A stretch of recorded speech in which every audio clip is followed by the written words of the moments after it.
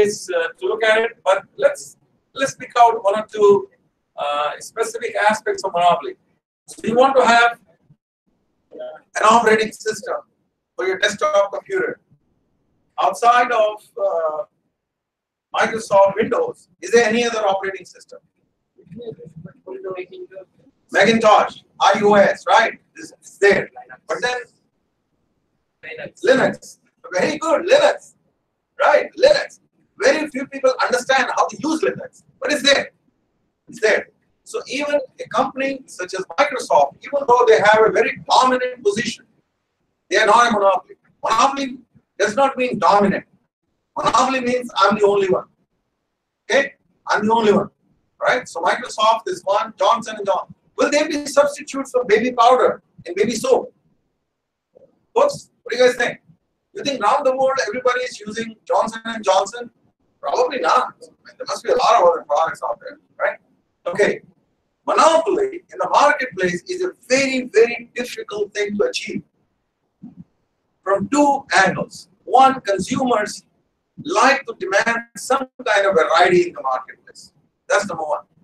Number two, the government regulation many times are in favor of competition.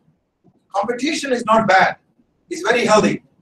Okay? So if a company is seen to be engaging in sort of predatory business practices to achieve monopoly, that's a no-no. All right? You've got to be fair in the marketplace. So competition is seen to be good. There's a lot of government regulation that favors competition. Okay. Somebody said India, Reliance.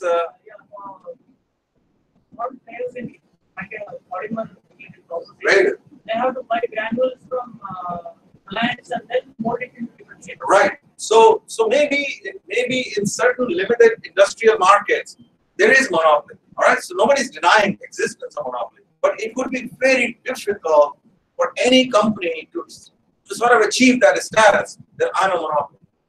Okay. Somebody mentioned Intel because you mentioned Pentium. Intel actually, in terms of the chips that they make, they are kind of, at least at one point, they used to be a monopoly. Not anymore. There is Broadcom, there is Qualcomm, there is Huawei, AMD, very good, AMD processors in the market, and so on and so forth. Samsung, very true. Samsung, actually Philips, very good. It's a lot of companies out there. So the market, so again, Intel is a very heavy, sort of a dominant player, but they're not the only one in town. There is others. Okay, so that's the way it's going to be. Now, as time goes on, computing is a very crazy thing. We are using these computers or these electronic devices more and more, right? We are more and more connected, right? Everybody has a mobile phone.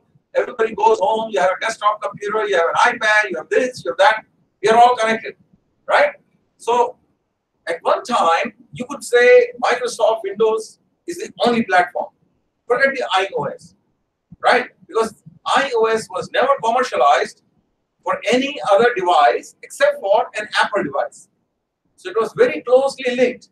The iOS products were very close or very close to link to Mac. You had to have a special computer, but then don't want it.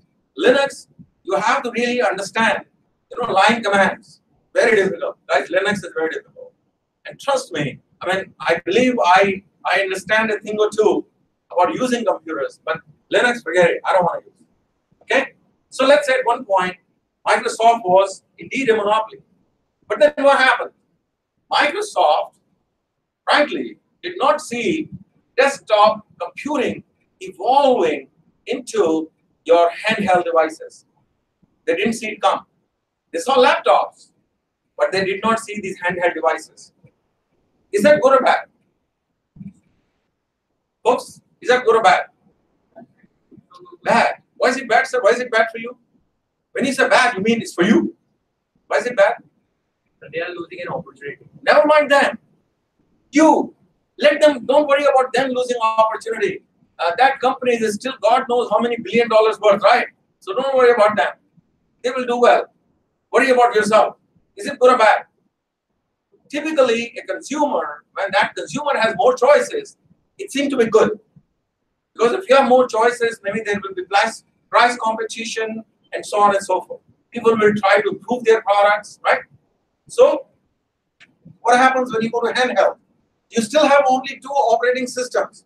Two operating systems being Windows and iOS. You only have two for handheld. Android. The answer is no. The market for OS, when it comes to these handheld devices called mobile phones, that market now is very fragmented.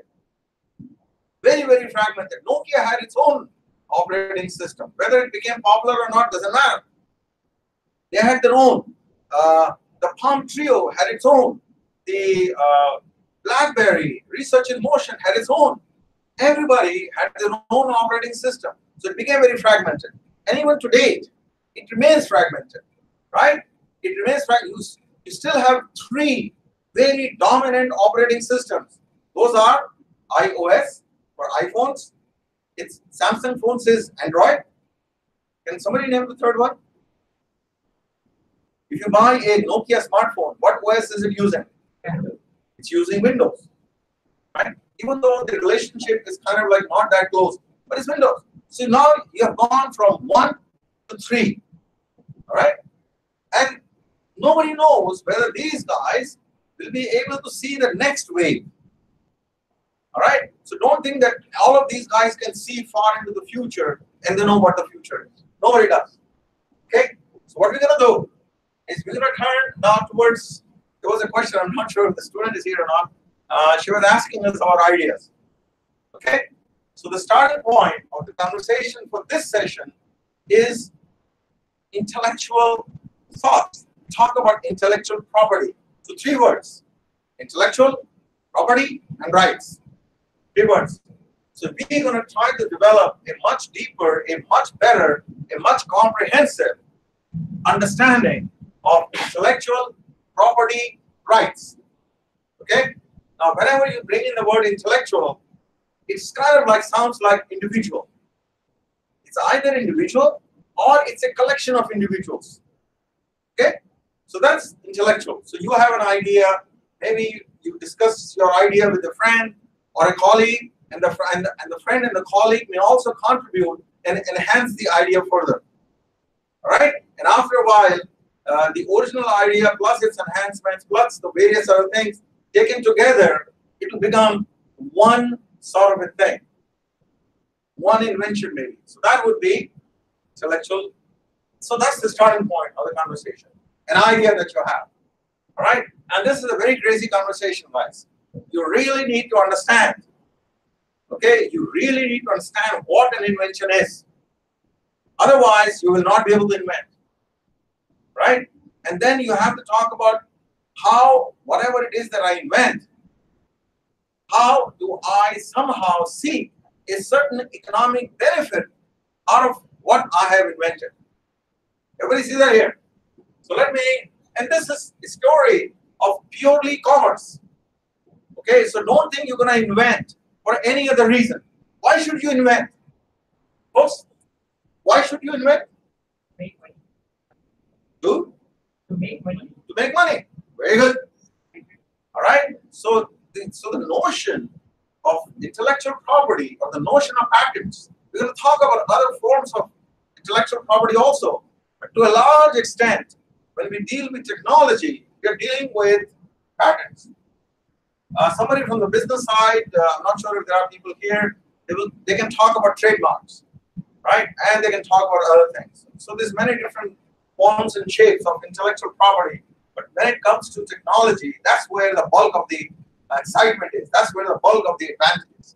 So you are going to invent, very simply put, because you can make $1. Okay? Or you can make a rupee, doesn't matter. It's not the currency, huh? Don't worry. You can make $1. So you're going to invent because you can make $1. That should be clear to us. Okay? So you're gonna go very deep into some technology, do something, and so on and so forth. But at the end of it, you're doing all of this and much more. But you're driven. It's got to be clear to you what drives you. What drives you is to be able to make money. So if you have an invention, all right, everybody's using it, There's a lot of money being made, but you never get a single cent. You never make a single paisa. What will happen to you? You will stop to invent. You say, I invented something. That invention, whoever is using it is making a ton of money, but मैंने तो एक पैसा भी नहीं बनाया. Then जब एक पैसा भी नहीं बनाया, why should I invent again? So you have to incentivize people when they invent. Okay? So that incentivization actually is what leads to intellectual property rights. You got to incentivize people. You got to incentivize organizations. Organizations, anyways, are already incentivized. They make money, right? Their sole purpose of existence of these business entities is to make money. So they are driven by a certain goal, and therefore, if they see patents or inventions as a vehicle for making money, they'll do it. But then these institutions or organizations cannot make money, right? Or, I'm sorry, they cannot make inventions.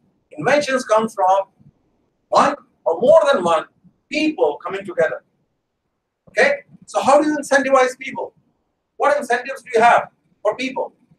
If you have inventions, maybe you can make more money. That's one. If you're working in a company, you have inventions, maybe there is a certain award. Maybe you get a promotion and things like that. At the end of the day, folks, this is a game that is purely driven by commercial considerations. Okay?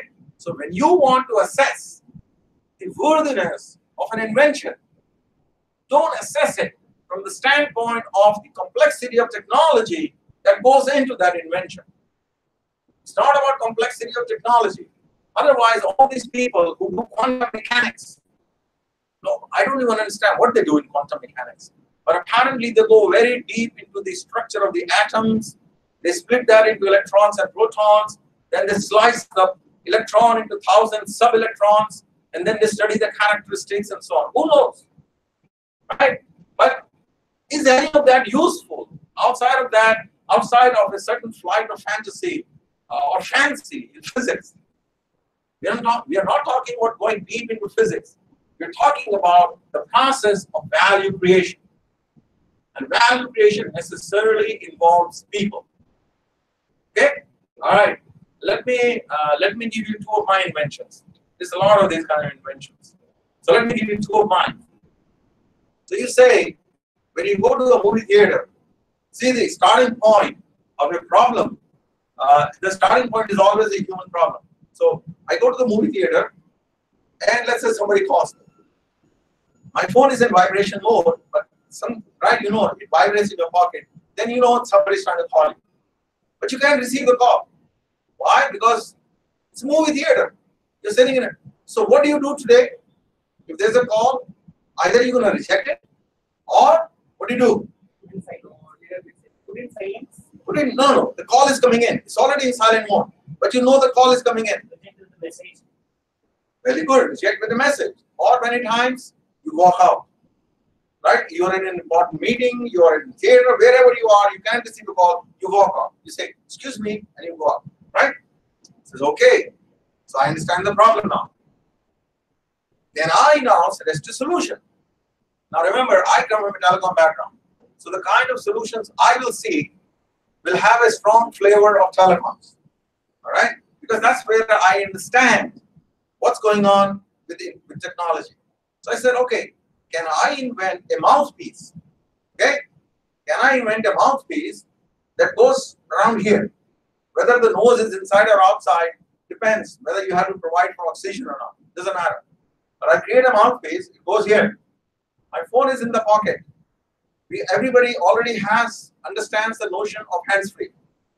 So now I create this mouthpiece. I'm going to put it on my face. There's a small button.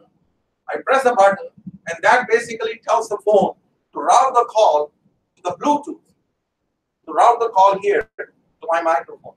So I'm wearing an earpiece, and I have a mouthpiece. Everybody got it? Everybody understands the invention? Okay. Is it a good invention or a bad invention?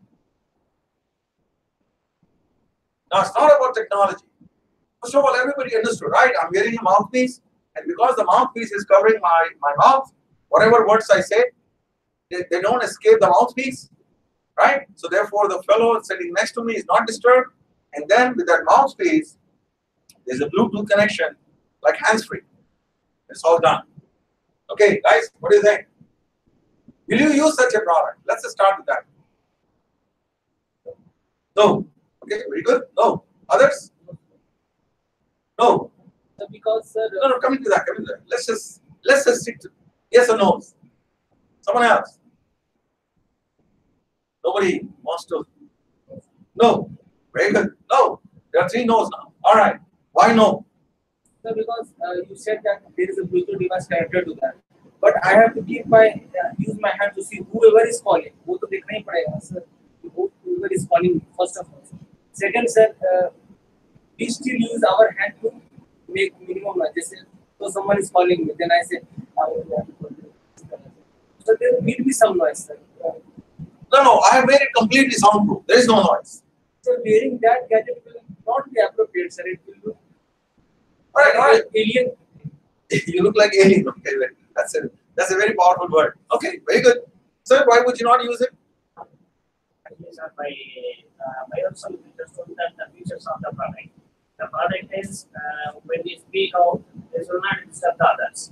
At the same time, it's completely soundproof. So by seeing these all features, this product is only up to par attending the calls inside the theater. Theater, meetings. Yeah, when we are in the meeting, once we wear this mouthpiece, in the meeting also we are not able to speak. Okay. We needed to wait for a call, whether it is come or not, we needed to hold it. And in the meeting also we can't speak. Okay. So the product is only exclusively for attending the phone calls. It's a very, very high negative probability. Okay. Apart that, I think that I need not to spend much of money because regularly I need to use this. Otherwise, the rechargeable battery is more. Okay. Very good. In this long way. No. It's I need to understand. I need to understand the human behavior side of it, right? By the way, don't you wear a hands-free? Yes. The earpiece. You wear it regardless of whether there is call or not, right? Okay. Very good. Sir, you said no also. For my convenience, I need to carry another device with me. Okay. Very good. You see the reasons are different. You see the reasons are different, but the conclusion is the same. I won't use it. All right. So I thought of it good 10 years ago. Good 10 years ago. All right. Why would I not seek intellectual property protection? Well, this idea is exactly the reason that we've just seen. Whenever I talk to potential customers for a product like this, most of the time they come back and say no. All right? So that's it. So idea is it stays an idea. I never move forward with trying to commercialize it. Okay, next one. So you have, go ahead. Can somebody pass from the microphone? Is it there?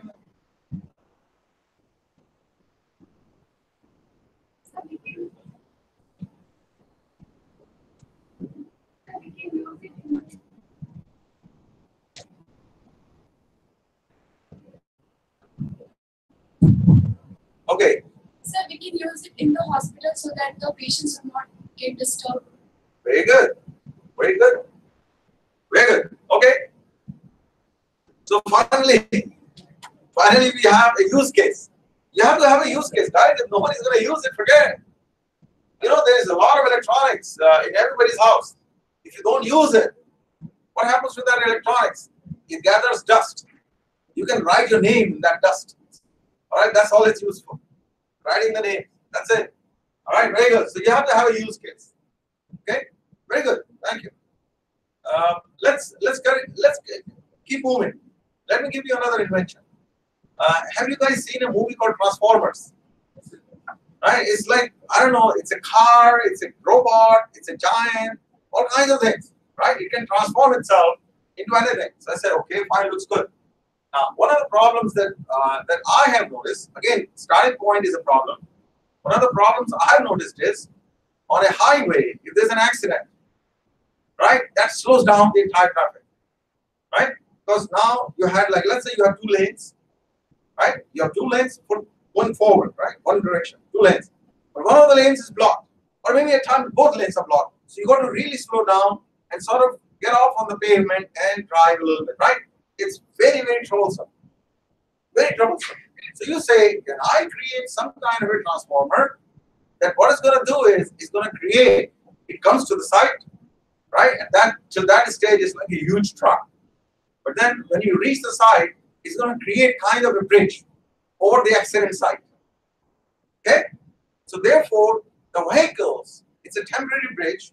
The vehicles, as they come closer to the accident site, all they have to do is just keep moving. No change of lane, no closures, nothing. All right? And you can cross over. And you get down. Everybody sees that here. Maybe there are flashing signs telling you to slow down and things like that. All right? Everybody sees the problem and the solution. Right? What do you guys think? We have to come to the markets to get a sense of, is it commercially? Don't worry about technical viability. Let's talk about commercial viability. What do you guys think? Folks? You have to have an opinion. If you don't have an opinion, it's very difficult to carry on with the conversation. So what do you guys think? I think in India it has got a lot of fun. In India it is? It can be commercially viable. It can be commercially viable. Not only accidents, there can be also be landslides and then frequent. Okay. Very good. Sir, can we add some attributes to it, like a towing machine or like a fire extinguisher? Absolutely. Absolutely. There's a lot of stuff one can do. So I'm not saying that this is a fully developed concept.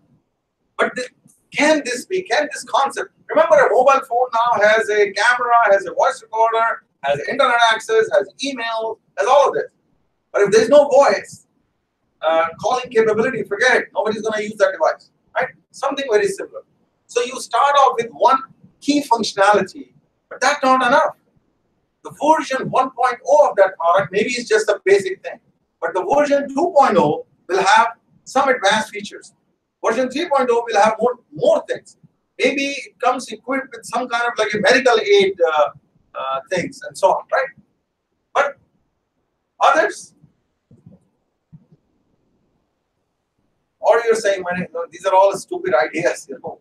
How come you think of these things? It can be used in heavy traffic. It can be used when there is traffic. It's actually, there are times when you end up spending an extra hour in the traffic because there's an accident that has not yet been cleared.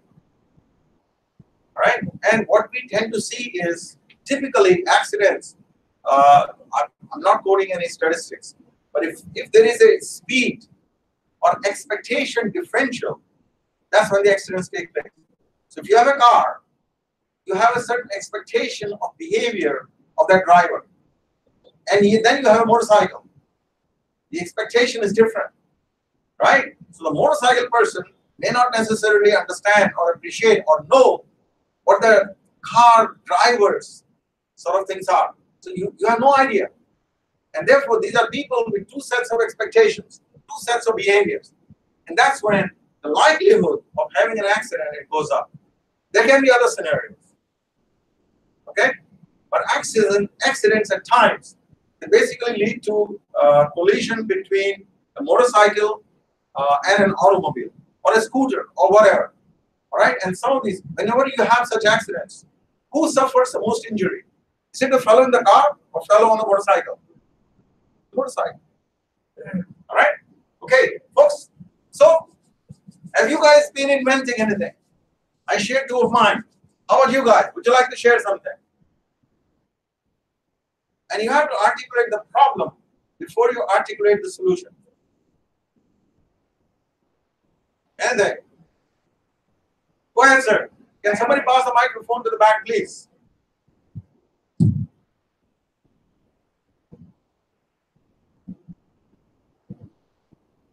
It's in my mind for a long time, sir, actually. Go ahead. But I don't know how it's technically feasible and all. Okay. It's about the clinical device, biomedical device, for scanning a person who is remote. So I have a machine here, and the person is in town there. Okay. So I don't know no need to go there to scan my body or head, skull or abdomen or wherever it is. So my device will be, the device will be focusing me from there, and there will be switch or button. It will press and it will automatically scan. Very I good. don't know what's the communication and all other things, but Don't it's worry my about idea. It's my idea. Okay, very good. But you didn't say what the problem is that you're trying to solve. You're describing the solution. Yes. Tell us what the problem is. The problem is that I cannot be carried to the scanning point. Oh, I see. I cannot be carried to the scanning point. And in CD and MRI things, you know, Oh, I see. So it's a medical application. Medical Okay, application. I see. Okay. So in the scanning of a patient in a CT is a tedious job. It goes for a time, I see. right? So putting inside and the gantry is rotating and it looks, actually it gives some threatening, some fearness. It's the MRI and this. Yes. Got it. So I want to simplify the scanning mechanism. It's a remote scanning. Very good. So he wants to simplify so that when you go through those tests, you don't feel scared. Yes. Or you don't feel, the word is, you don't feel intimidated. Right? There's no intimidation. All right, very good. Good stuff. Normally in CT scan room or MRI scan room, they play the music. Yes, to calm down the people. Yes. Very true. Very true. You can in fact choose the kind of music you want to listen to. All right, so I would choose Tapachan songs at that time. All right, folks, good stories here. Good stories. There's a lot of work that is being done on medical appliances. Okay, I give one example that I am somehow connected to, and then we need to move on. So that one example is the example of a dialysis machine. You know what dialysis is? Has anybody seen a dialysis machine? You have. You have. There's quite a few people actually. Let's come to you, ma'am. Can we pass the microphone to her? Can you tell us what that dialysis machine is all about? Don't worry about the functionality. Just talk about the physical dimensions and so on. Okay, let's pass the microphone. Go ahead. Actually, sir, my mother is a kidney patient. That's why I saw that machine from outside. That pain, I was not very near to that machine. Right. So I think it's a big machine and it is used to purify the blood machine. That's why this is. Is it, does your, sorry, I'm not trying to get any personal information. Does your mother have to go to some place to get, Yes, sir. she has to go to some place? Okay, and it takes, how many times does she have to go? 4 hours, yes. 4 hours, 3 hours each time. But how frequently? Once a month, twice a month? See, guys, Thrice a month. Folks, everybody says thrice a month, 4 hours, and you have to go through some kind of a process. and All sir, right. after that, see, it's so tired. You're so tired. So do you see, everybody says this. This is hugely challenging from a quality of life point of view. Okay? Why does somebody who needs dialysis, why does that person have to go to somewhere? Why do they have to go? Because that machine cannot come. Why the machine cannot come? It's 50 kilograms. Because actually that machine is about 75 kilos. 75 kilos. How the heck are you going to afford 75 kilos? It's not possible. So you have to bring the patient in. Okay?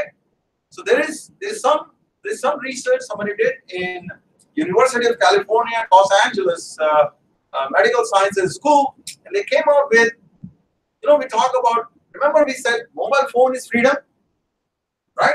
We wrote that equation. Mobile phone is equal to freedom. Now somebody wrote the equation, a dialysis machine, a portable dialysis machine, or a mobile dialysis machine is equal to freedom. Okay? Meaning to say, can I shrink that machine? Can I take all of that mumbo jumbo of electronics and whatever else is happening? Can I take that machine and can I squeeze it into a small compartment, a small chamber, whereby the weight of the machine is about 1 kilo or 2 kilos? All right? It runs on battery, and then it's like something you can put in a bag and you can carry on your shoulder as you use the machine for the purpose you got it for. Everybody sees it here. So we are not talking about even price point. We're talking about a situation whereby you are sort of breaking away from the traditional ways and means of doing things. All right? You have to question yourself at every step of the way. What this gentleman in the back said and what she said is so true. There is no such thing as a conventional way of doing things. Okay? No such thing. So you say, can I invent a machine for scanning? That's what he is inventing. She would say, can I invent a machine whereby, we have a challenge? I need to sort of rise to that challenge and design a machine that can improve the quality of life in the family. And many times, folks, it's basically that internal desire, and many times, not all, but at many times, it's that internal desire of when you see things happening to your near and dear ones, you get that internal desire to do something about it. Okay? So that's going to lead to a whole lot of motivation. That's very personal motivation to new inventions. Okay? So let's turn to what exactly is an invention and how do we go about securing intellectual property rights. We have, never mind the recap, right? I don't need the recap. The lecture was this morning. So let's come to intellectual property. So this is, a very sort of a very kind of a silly statement that somebody has made. But that fellow was the commissioner of the United States Patent and Trademark Office. He's the commissioner of the place that deals with inventions day in, day out. And at the turn of last century, 1899, he said everything that can be invented has been invented. Can you guys name one thing that came after 1899? Everything. All right. Actually, not much existed till 1899. Right? Everything. All right. So when you say everything got invented after somebody said there is nothing to be invented, that should tell you the power of human ingenuity. All right? The power of, really, humans are incredible people. Incredible people. Okay? And the starting point of the inventions, the current era that we are living in, the starting point is what invention? The starting point of the era that we are in right now. The starting point is, remember, if you say you have an idea, you would have asked, so you say, I have an idea. What comes to the mind? How do you depict? How do you show you have an idea? No, simple. How do you show? No. Guys, keep it simple. That's our ideas. How will you say you have an idea? How? Has to really imagine. Something lights up. Right above your head. Light bulb. That has seen to be, if not the greatest, because the greatest can be very controversial, but it is seen as one of the greatest inventions of all times. Okay? And there are many others, right? Somebody can say the wheel is one of the greatest. Somebody will say fire is one of the greatest. Somebody will say the aircraft is one of the greatest. Somebody will say the transistor is one of the greatest, and so on and so forth. All right? And the dimension of greatness is not in terms of, today when somebody says wheel, isn't that obvious to you? The wheel is very obvious. Fire is very obvious. But imagine a time when there was no fire, and then there was fire. The transition from no fire to fire is where the invention of fire took place. So whenever you think about inventions, you have to go to the time when the invention was invented, not today. Okay? Lots of examples, guys. Lots of examples of what is trivial today. Okay. So you go to the mall. You go to the, is there a place called Big Bazaar here? There is. Okay. Big Bazaar. So you go to the Big Bazaar. What is one of the very first things you would, suppose you're going to have to buy some atta, some chawal,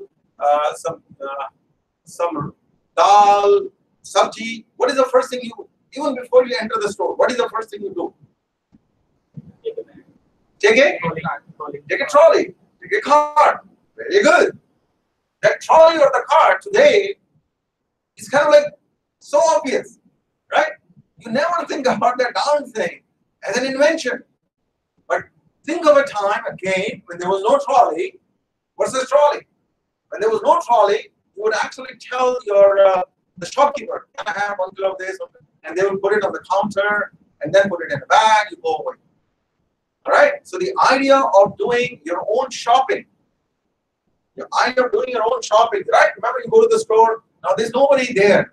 You just pick things up, put it in the cart, and you keep moving. Shopping cart. Is that a good invention? There was a patent on it. Is that a good invention, guys? Why is that a good invention, man? To you said yes. Microphone, please. We got to keep the microphone rolling. Okay, why is shopping cart a great invention, a good invention? All right, folks, please, let's hear it now. That helps us to carry a lot of things easily. Very good. That helps you. But why is that invention a good invention? That's everyone. Very good. You see the word? Everyone is using it. So when you measure the goodness of a certain invention, it's in terms of the people. So this is a people story. Everybody sees it here. It's a people story. It's no longer a single individual or a single or a group of individuals. All right? Everybody sees that here. So we would evaluate whatever it is we invent. Our dimension of evaluation will essentially be along the lines of value creation, along the lines of potentially how many people would benefit from that value creation, and hence potentially we could make money. Okay? Everything is commercial here. Everything is commercial. And we'll take lots of examples, guys. All right? So intellectual property is a crazy thing. Let me just say that. Number one. Number two, you have it. So these are all different kinds, right? First of all, you don't expect me to read the slide. These are all different kinds of whatever it is. The starting point of intellectual property is intellectual thought, intellectual idea. Is a person. Okay? So if you write music, because my son writes music, the music, you own the rights to that music. All right? When you say rights, folks, rights is a legal word. There is no other thing. There is no other domain in which you can define a right. It's a legal thing. So we'll talk about the rights in a second. Don't worry. Okay? But whatever thing you create, whatever. So for example, I write whenever I have time. I write Hindi poetry. Okay? So whatever it is that I write, when I write my poetry, it belongs to me. No one else has a right to sort of commercially benefit from my writing of that poetry. Okay? So some of these individual things you're going to see. People write software. It's the same thing. Right? Software, the secret, the trade secrets. We're going to come to all of these things. What is a trade secret? Do you know what it is? Go ahead, sir. Folks, please keep the microphone. Trade secrets are one of the form of IPRs.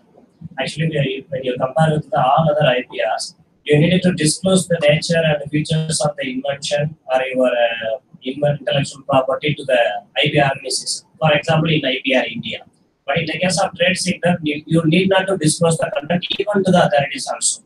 You just, for example, if you are preparing a computer code, you need to protect this. You need not to say the codings to the intellectual property rights of India. Just keep the word, my computer codings. Then only. Whenever a dispute is come around, then only you need to disclose this. Until you can keep it secret. This is nothing but trade secrets. Okay, very good. Trade secret. Everybody understood a trade secret. So an example of trade secret would be what? By the way, you are doing all of this. You are doing all of this. You know, intellectual. I have listed lots of things here. Trademarks, copyright. So when I write poetry, it's copyrighted to me. When my son writes music, it's copyrighted to him. The designs that you come up with, right? And we'll see designs. How do you protect your designs? We'll see that. But designs that people come up with, patents that we have, and so on and so forth. But let's trade secret very quick. By the way, all of these things you do and much more for only one reason and one reason alone. And that one reason is commercial. Okay? So you're going to evaluate. Let's say you have a certain thing that you want to seek intellectual property protection for. You have to say, if I seek intellectual property protection, I seek the rights of ownership of whatever it is I have invented. Can I gain commercially? If you cannot gain commercially, then there is no point. Okay? So these are all commercial considerations. So whether you're going to do a patent or you're going to do a trade secret, it's a commercial thing. Okay? Now, do we have one crystal clear example of a trade secret? Trade secret. Nobody knows what the heck this darn thing is. Come to you in the back, sir. Can we pass the microphone to the gentleman, please?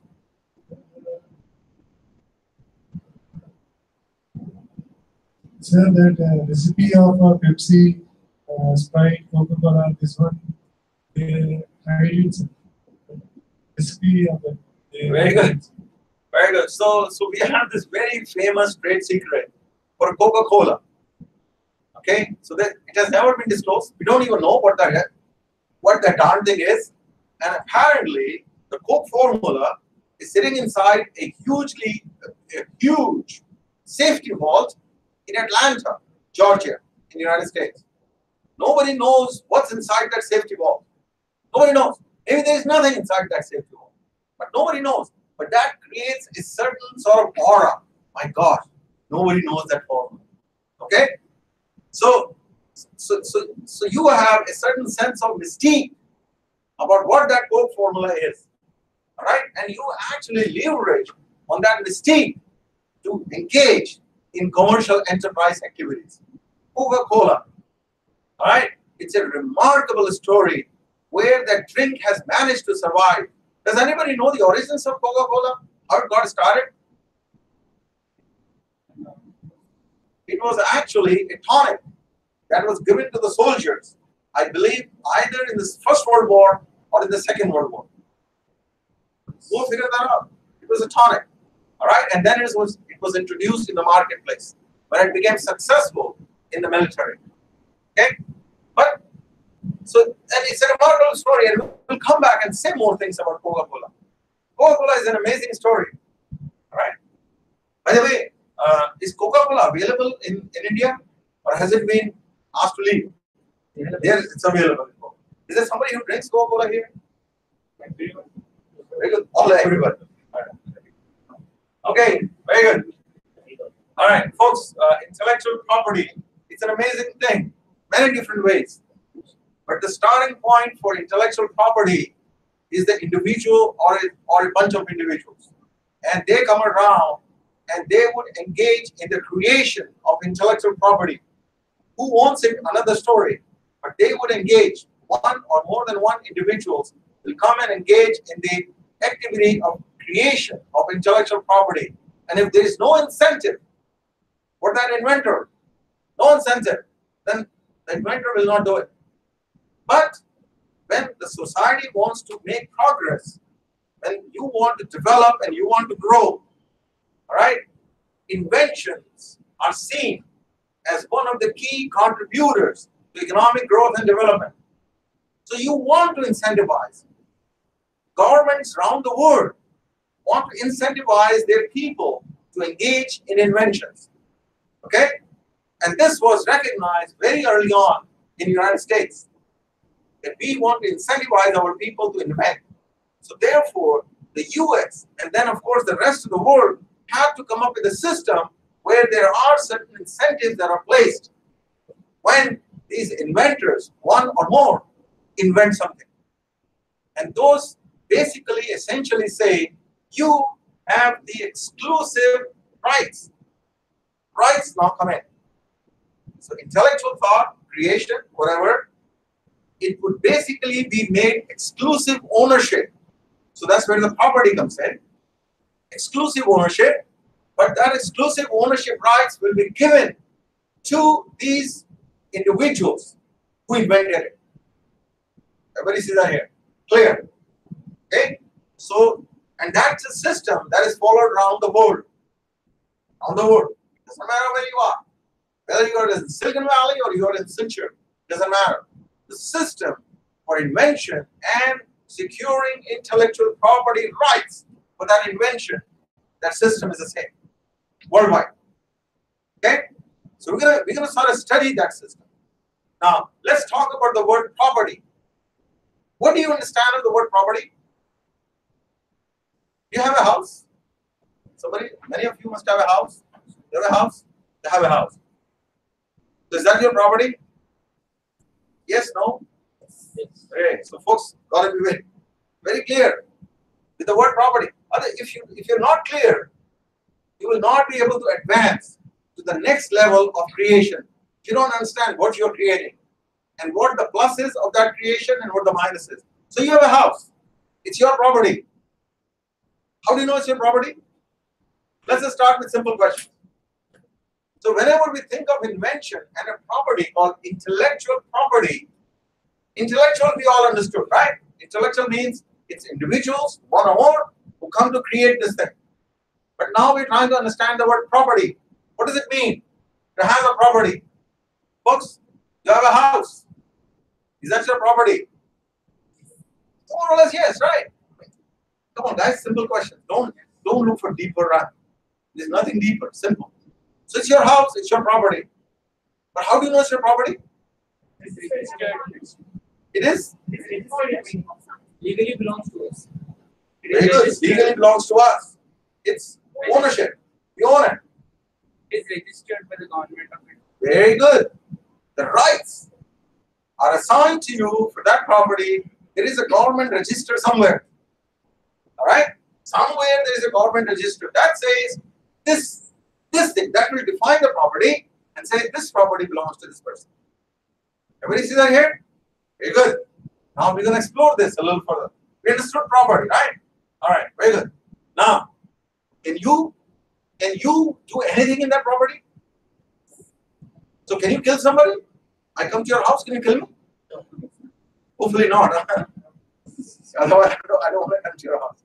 Right? If there is a chance that you will put a knife in my body, then I don't want to come. All right, but you see the point. So you cannot do everything. But never mind. Let me not take absurd examples. So killing somebody is maybe a little bit of an absurd example. Let me take something more meaningful.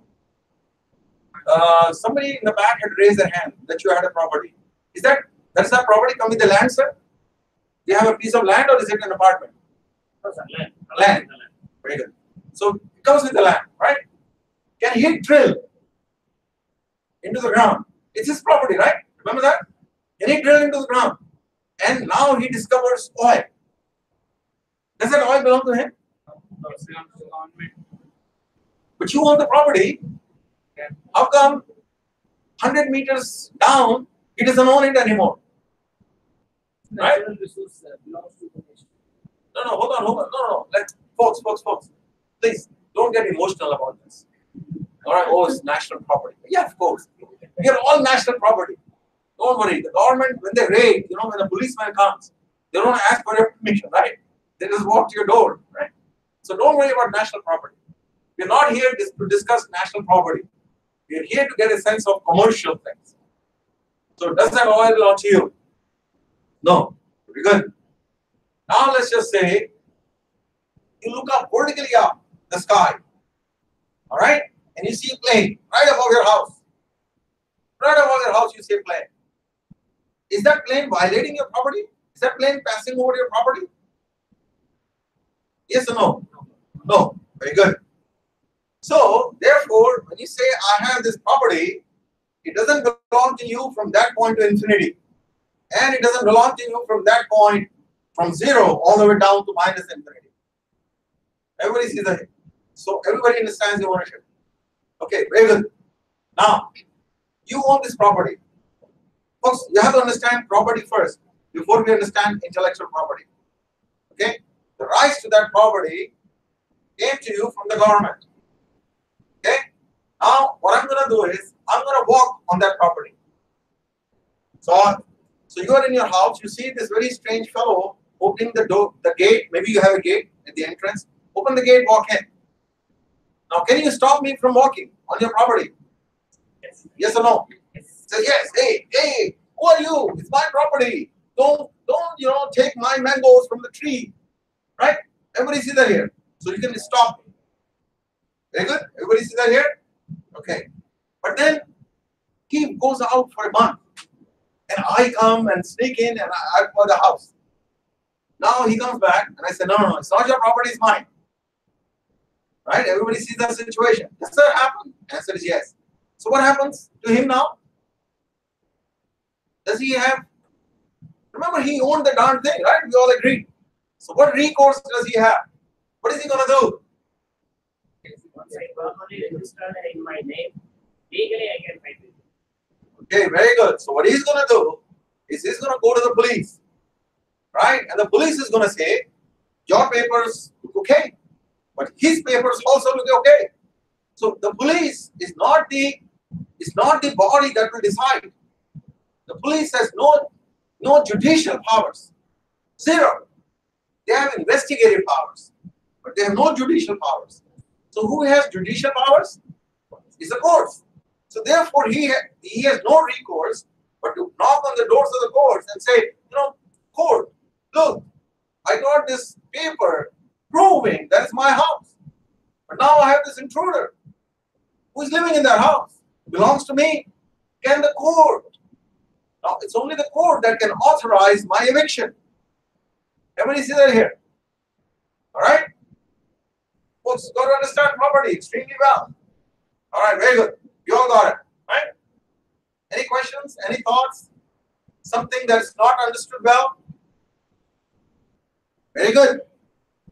So, now, let's just say everybody, so I cannot walk on his property, he can kick me out. In fact, can he shoot me? On his property? Can he shoot me? Yes or no? No. But then, he sees that I'm carrying a gun. Therefore, he thinks I'm going to kill him. Can he shoot me now? Yes. The answer is yes. That's called self-defense. If he, at any point in time, in his interactions with me, feels threatened by life, he has a right to take my life. Everybody see that here? Let's keep rolling. Now he has a house right here. Okay? He has a house right here. I have a house on the left. I have a house on the north. I have a house on the right.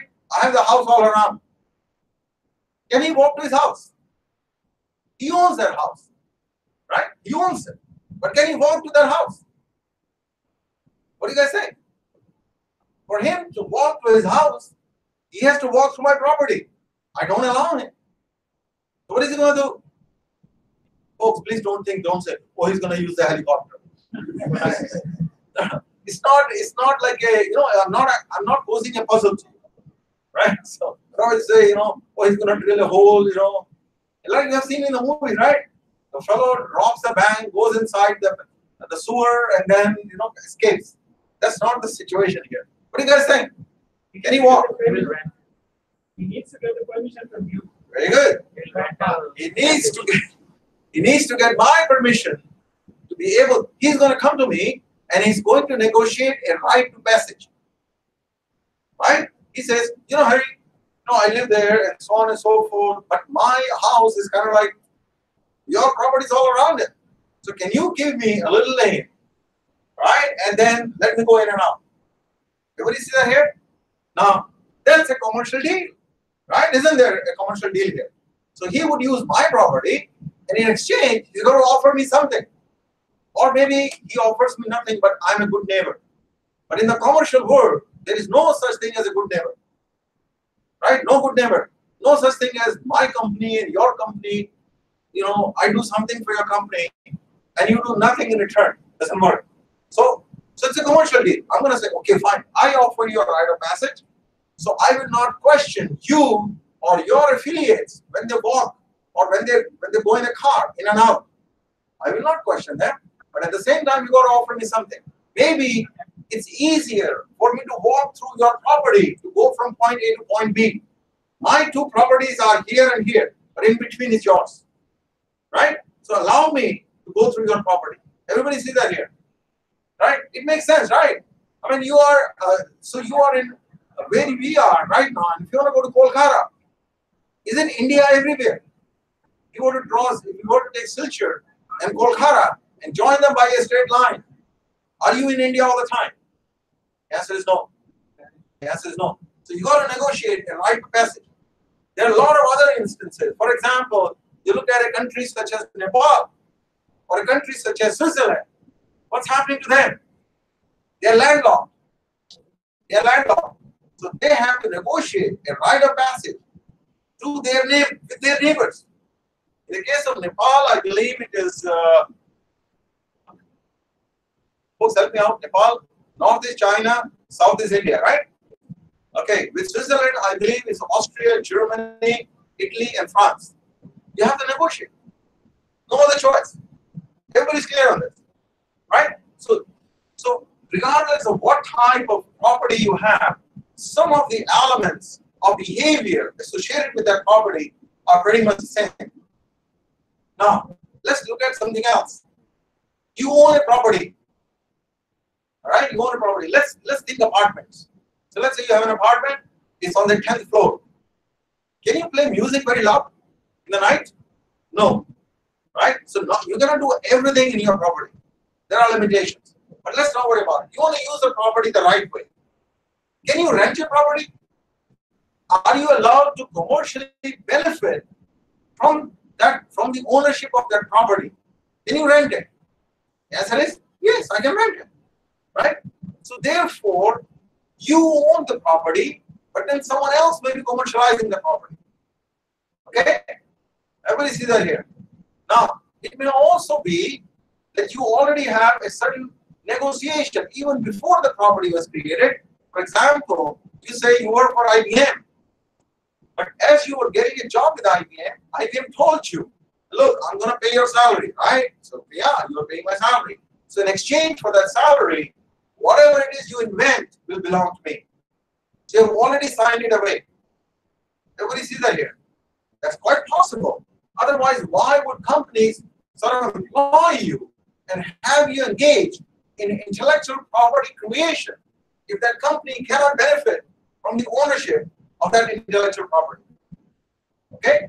So many times, it's always the individuals who invent, but the ownership of what they invent may lie not with them, but with some other people. Okay?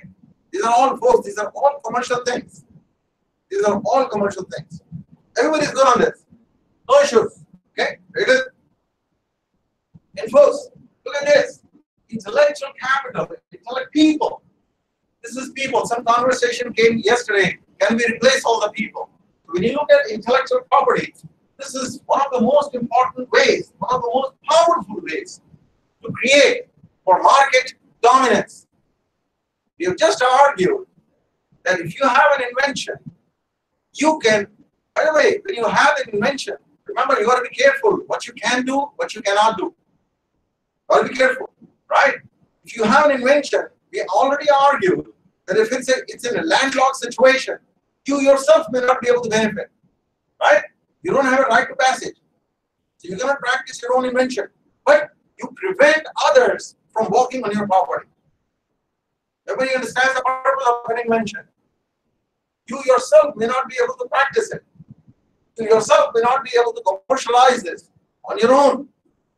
May not be able to, but you prevent others from practicing your invention. So it's a prevention. It's not like I can do whatever I want to do. All right? Because why? Because for my invention to be enabled, maybe it requires his invention. So therefore, I cannot just commercialize my invention completely disregarding his intellectual property rights. So you got to be careful. That aspect is, folks, is very fundamental to the way the inventions are seen. It should be clear to everybody. I'm going to say it one more time. When you have an invention, you only can prevent others from benefiting from that invention. Whether you yourself can benefit is another story. Okay? Everybody understands it. No issues. Okay? Very good? Go ahead. Microphone, sir. Can you pass the microphone, sir? Please. Thank you.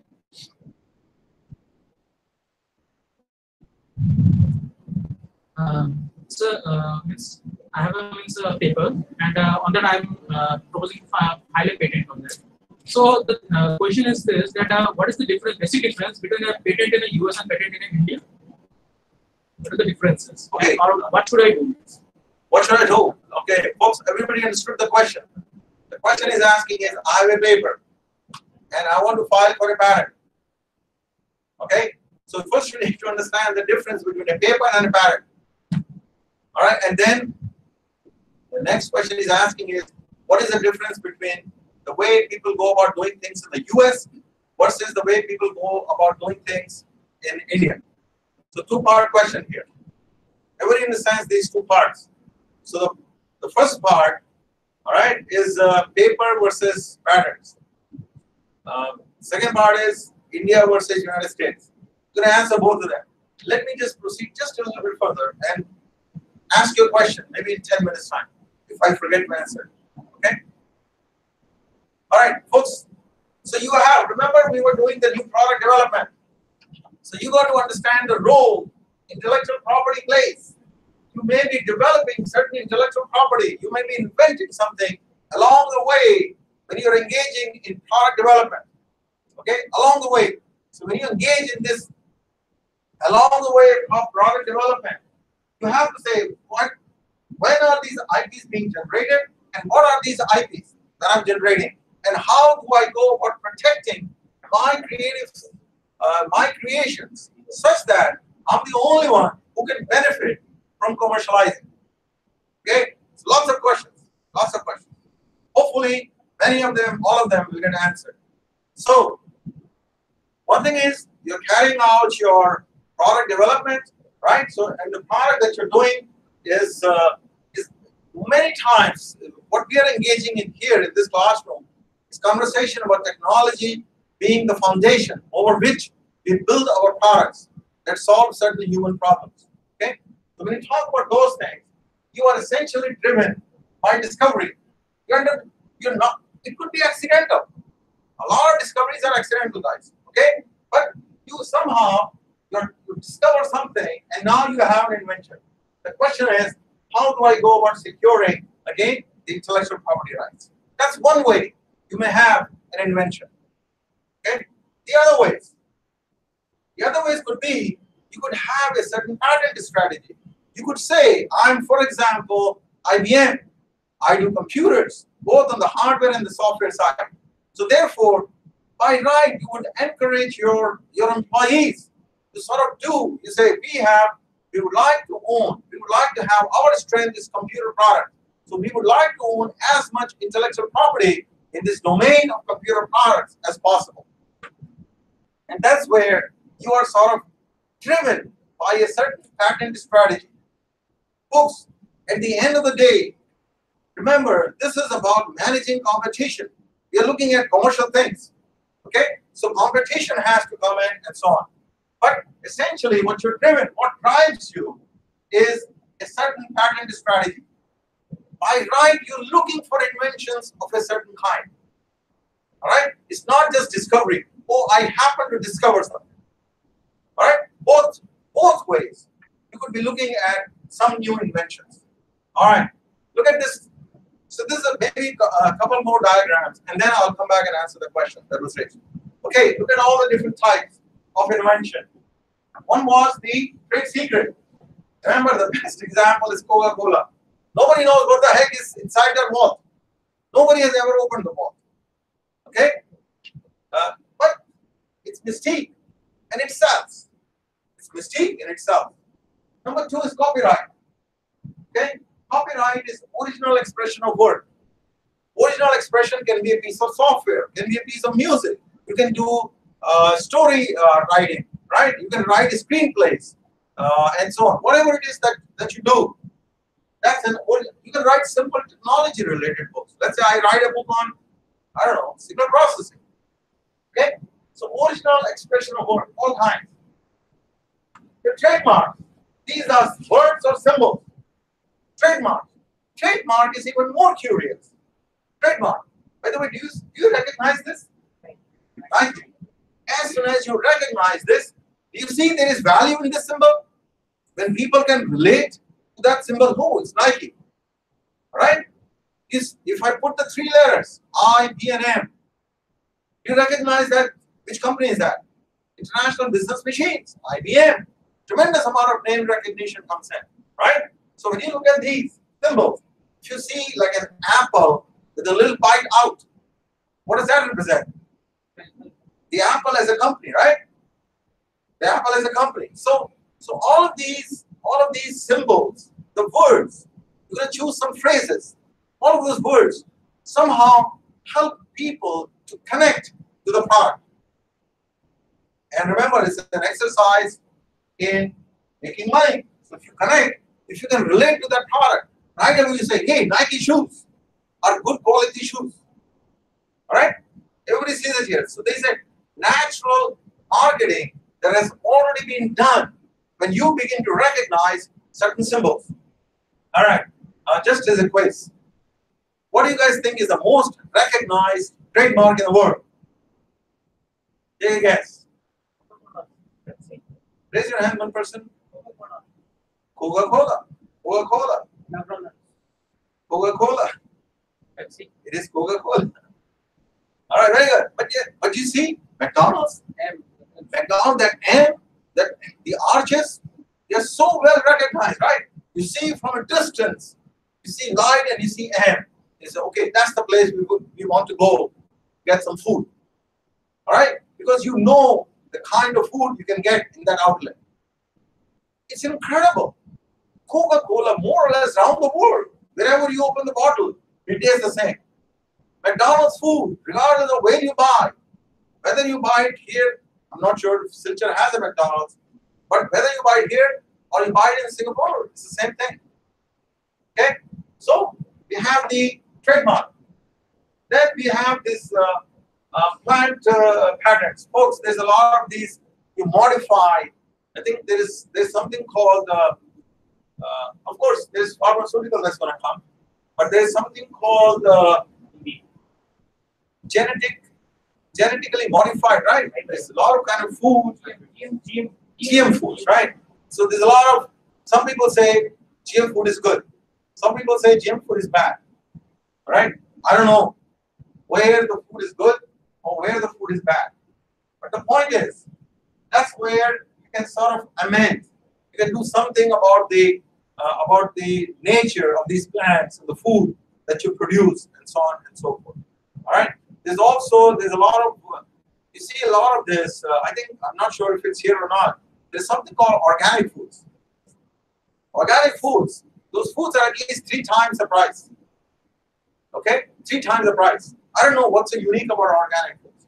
But never mind, there must be something, right? 3 times the price. Somebody's paying that 3 times the price. Okay? All right, then finally you have the design. The design is purely ornamental. Purely ornamental. There is value in ornaments. Because when something appeals, it's pleasing to our eyes, there is value. Okay?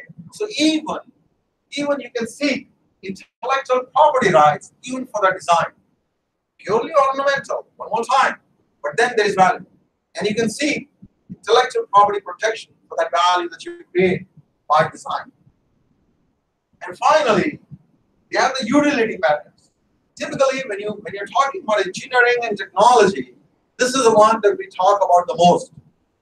All right? It's a very simple thing. Very simple thing. There are 3 requirements.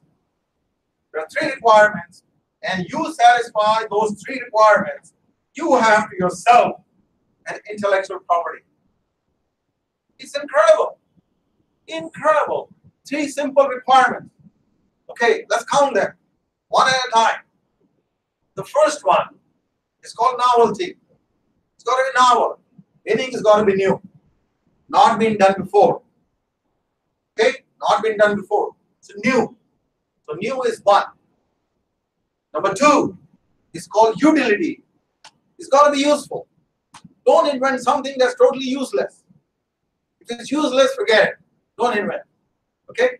And before I come to the third one, let me just explain these 2. Novelty. So let's take an example of novelty. You know, sometimes the electricity in this room, sometimes, I don't know, if, it just becomes a little dark, right? So if it's dark and the cable that is connecting, I suspect is because of the cable getting disconnected that the room becomes dark. Let's say I suspect that. Okay? So then I say, instead of using a black color cable, I use a white color cable. Everybody sees my invention.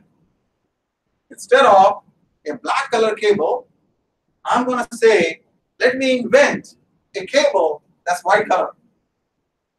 Okay? Everybody saw my invention. Very good. Now let's walk the first condition. There are three conditions, right? We haven't come to the third one yet. I'm still at the first two. The first argument is novel, new, has not been done before. Folks, you have to understand this very carefully. Has not been done before. So how do you know that nobody has ever thought of, nobody has ever done this before, meaning a cable connecting my computer to the power outlet, whatever it is, nobody has thought of a white color cable. How do you know? How do you figure that out? These days it's very easy, right? You go to Google, right? In the early days, there was no Google. But I think today we cannot think of our life without Google and GPS and Facebook and so on. So let's talk today. What are you going to do? You Google. Oh, somebody has a white color cable. Novelty is gone. Okay? Novelty is gone. But hey, nobody has ever thought of it. It's novel. Right? So the first condition is now satisfied. It's novel. Because let's talk about the second condition. Is it useful to have a white cable? I will reason to you that if the room is dark, a white color cable is still visible.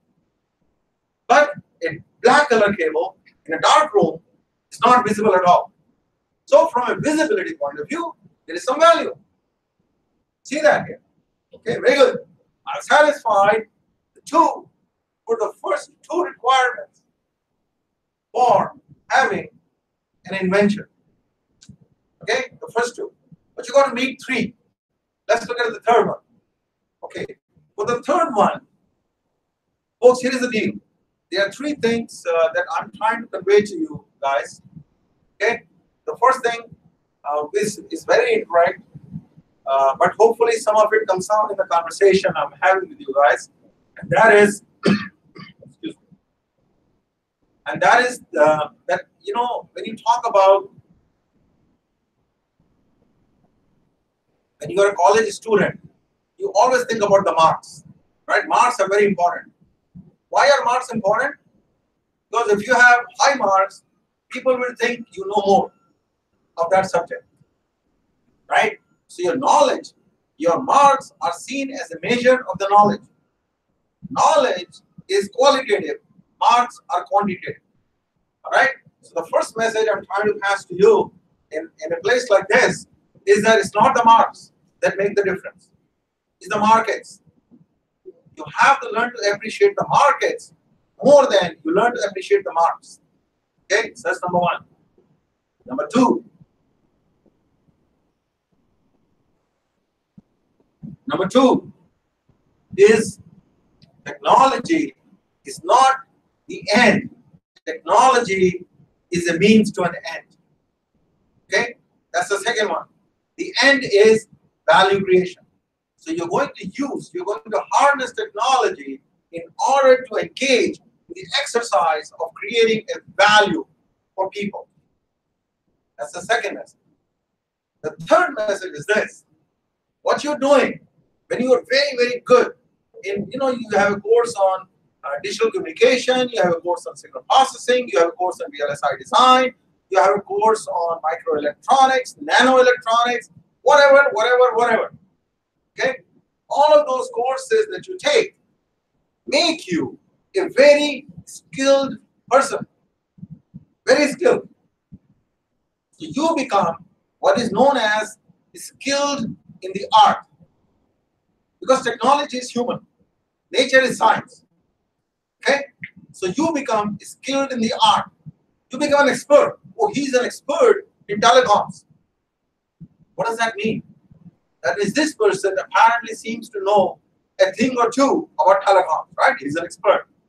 So we are dealing with that aspect where you become very skilled, or there is no such thing, no phrase as very skilled. You become skilled in the art. That's what you become by studying that certain domain, that certain knowledge domain very extensively. But all you become is a skilled in the art. Everybody see that here, right? So we take this course, that course, and so on.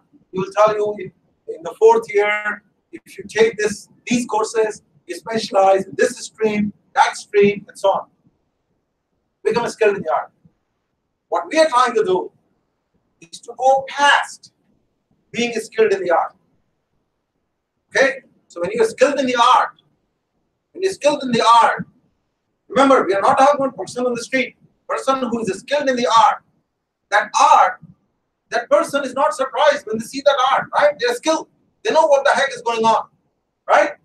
So now comes the third point, which is the non-obviousness argument. The third point here, non-obvious. The third point says, what you're doing, for that thing to be an invention, it must be non-obvious to those who are skilled in the art. Everybody see that here? It's not non-obvious to the guy on the street. The guy on the street says, no, I don't know. What you're saying looks new. But it's got to be something that is non-obvious. All right? And that's a much higher level where something is non-obvious to those who are skilled in the art. Hey, I know telecoms, but I never saw this. I've never seen anybody talk about it. I've seen no conference papers. I've seen no journal publications. I'm an expert in this area. I never saw the darn thing. So therefore, to those people who are skilled in the art, it's non-obvious. That's an invention. Okay? So 3 things. Folks, one more time. And there are implications. And you're trying to do this from a purely commercial standpoint. There are 3 requirements. What are those 3 requirements? Can somebody read what's on the slide? The first requirement is? The first is? Novel. Very good. Folks, this is not like novel, like, you have novel like story novels, right? Novel, something new. Hasn't been done before. It's not there. Number 2. Number 2 is utility argument. It's got to be useful. So, for example, are you familiar with something called perpetual motion? You can actually buy things in the market that say, hey, I have this device, it can keep moving forever. That's called perpetual motion. Something like that. Something like that. So, it will keep on moving forever. But now, all right, USPTO, United States Patent and Trademark Office says that's a totally useless thing. Please don't file any more applications for this useless stuff. It's got to be useful. Okay? For example, the cable, the white color was useful. All right? That's good. So when you file an application, you are now demonstrating novelty, you're demonstrating the second thing, all right, utility, and the third thing, you're now going to reason based on what you have in your invention versus what existed till the date you file your application. And I'm now bringing in more technical words. Okay?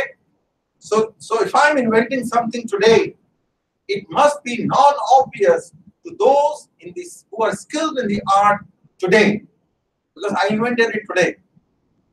All right? We're not talking about tomorrow. You could say, hey, you invented it today, but tomorrow it was obvious. But when I did it, it was not obvious. Everybody see that here?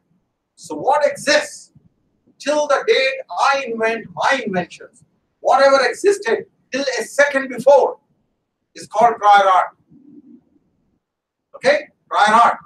So everything is prior art. So what I got to do is the body of the prior art is all there. What I got to do is ensure that what I have invented is non-obvious to those who are skilled in the art, given the prior art. Okay? Everybody see that here? Let me pause here, take a breather, and take questions. Questions?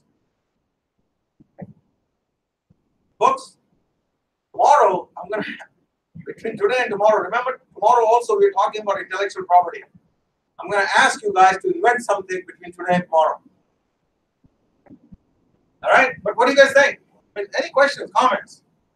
Folks, you really need to understand this very carefully.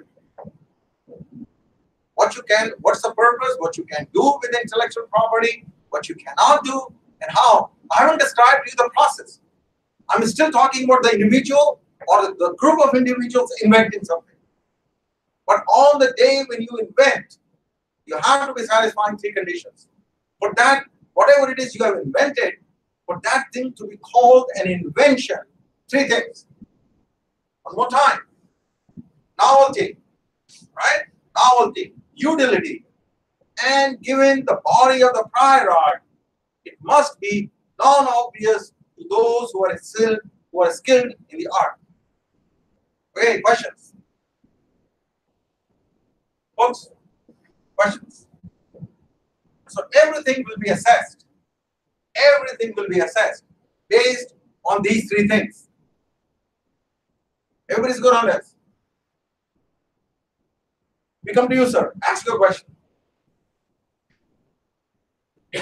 Folks, please listen to this. It's a very relevant question that he's asking. First of all, I should describe my paper. Means I have model made that design. It is a mobile application, mobile device. Means we can see in the hospital there are many paralytic patients who can move their eyes but cannot communicate or move their hands and legs. So they can't say that they are hungry or they are having some problems. Sure. So I have developed device, made the device through which we will record the EEG signals of their eye blinks. And means through their eye blink, they can communicate to us, and we will predefine some instructions that if it is a one blink or two blink, then we will show that yes, I'm hungry, I need food or whatever. Very good. So I've made the device, and part of that analysis, that result part, I have published in a paper. But now I'm thinking of getting a patent so that I can earn. So the thing is that what should I go for, the US patent or India patent? So here is the problem. Okay. It was the way I understood his question was there were two parts to the question. The first part is, should I publish or should I go for a patent? Okay. Now let's describe this. Let's try to understand. By the way, patent means you want to seek the rights of one, right? You want to seek the rights, exclusive rights. So government says, as a way to incentivize you to invent, we give you exclusive rights. No one else can practice your invention for a certain period of time. That period of time typically is 21 years. So for 21 years, you're the only one, or whoever owns that intellectual property, whoever owns that invention, that person or the group of persons are the only ones who can benefit from this invention. Everybody see that here. But then how do you get that right? How do you get that exclusive right from the government? First of all, government is jurisdictional. Say, for example, Indian government. Indian government cannot force its laws in, say, some other country. Let's call it Malaysia. Right? So the intellectual property rights are jurisdictional. Every right is jurisdictional. You cannot go to a court in Malaysia to prove your ownership of a house in Chennai. You only have to go to the government of India to say, this is my house. Okay? So all intellectual property rights are jurisdictional. Secondly, when you go to the government will say, okay, you want to secure intellectual property rights. What is your invention? Describe to me. Before I give you the rights, you have to describe what the invention is. Makes sense, right? I mean, if you don't describe, what will you get from the government? The government cannot give you ownership of a trade secret. You never told the government what's inside. Now, you may claim there is diamonds inside, but actually it's fake diamonds. So the government is not going to give you intellectual property rights till you completely describe what exactly your invention is for which you're seeking intellectual property rights. Clear, right? So you're going to go to the government and you're going to tell the government, government, this is my invention. I described to you the invention. This is my invention. Give me exclusive ownership of this invention. Everybody's good. Okay. So the day I go to the government, Not the day when I invent. The day I go to the government, I need to satisfy 3 conditions. Okay? I'm going to the government today at 12 noon sharp. 12 noon. So at 12 noon sharp, I have to satisfy these 3 conditions. Everybody see that here. If somebody filed, if somebody went to the government 5 minutes before me, they were sitting with the government just 5 minutes before me. I was sitting just one behind. They go first. The government will say, let's apply this. So when I go to the government with my application, what's the government going to say? Hey, yours is not novel. Why is it not novel? At the time when you applied, someone else had also applied 5 minutes earlier. So as soon as the same invention 5 minutes earlier was novel, but now it's no longer is. Everybody sees that here. The novelty argument, guys, is a very crazy argument. And you need to understand that argument. Okay? Let's talk about his research paper. I need to answer that question. So you have a research paper. You go to a conference. Okay? You go to a conference and you describe to all the participants and so on. Say, look, I'm going to describe to you this and that, right? Okay, so you describe whatever it is that you have done your research on. You have described. As you describe your research, and this is what is known as a public disclosure. You're standing in front of public, right? They never signed any paper saying, I'll keep my mouth shut and all that, right?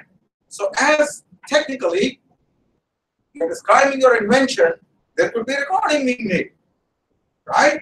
Somebody could be actually writing a WhatsApp message at the time. They could be recording the message and they could be saying, hey, let's do this, let's do that, and so on. So as you're saying it, you're stripping your invention of the first thing, the first requirement, the novelty. As soon as you make a disclosure, it's no longer novel. It's gone. Okay? So you cannot say, I present a paper and then I go to the government. Cannot. Because as soon as you go to the government is going to say, look, you already had a paper here. As soon as you speak the words, you're actually killing the novelty argument for your own invention. Cannot. Everybody sees it here. So the novelty argument says, you cannot say paper and a patent application with the government. You got to flip the 2 things. You go to the government, all right, and you say, give me, I have this invention, you describe the invention, give me ownership of this invention. And then from that point on, it doesn't matter. You've actually taken away, right? Your document that you submitted to the government has now become a part of the prior art. So everything else that comes after your submission will now have to meet the prior art. This is prior art now. So every invention that comes after yours will have to establish novelty. And your application is a member of the prior art. Everybody sees it here. Okay? So researchers, we guys are very good as researchers in terms of publishing. Why? Because the university system is built around rewarding you for publications.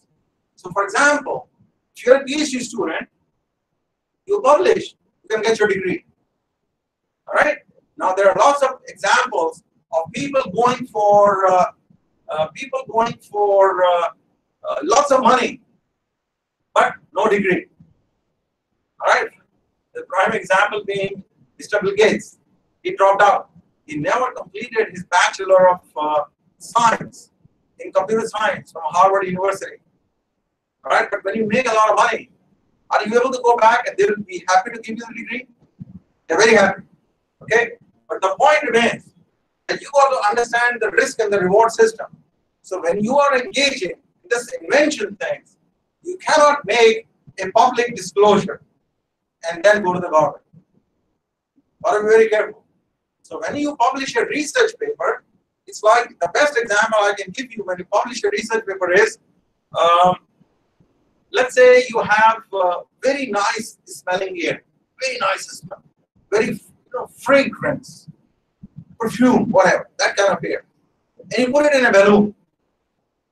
Okay? You put it in a balloon. If you stick your nose in the balloon, will you smell that nice air? Yes or no? Is there, right? Folks, you always think something deep. No, it's a balloon. There's nice air. You put your nose inside. Don't you smell it? Of course you do. All right? But now, you take a needle and you touch the balloon with a needle. What happens? The balloon bursts. What happens with that fragrant air? It's gone in the atmosphere. It no longer exists. Why? Because what you have done by publishing that paper, what you've done is you have made that knowledge available to the mankind at no expense. Anybody, as soon as the balloon is burst, anybody around it can smell that air, that fragrance.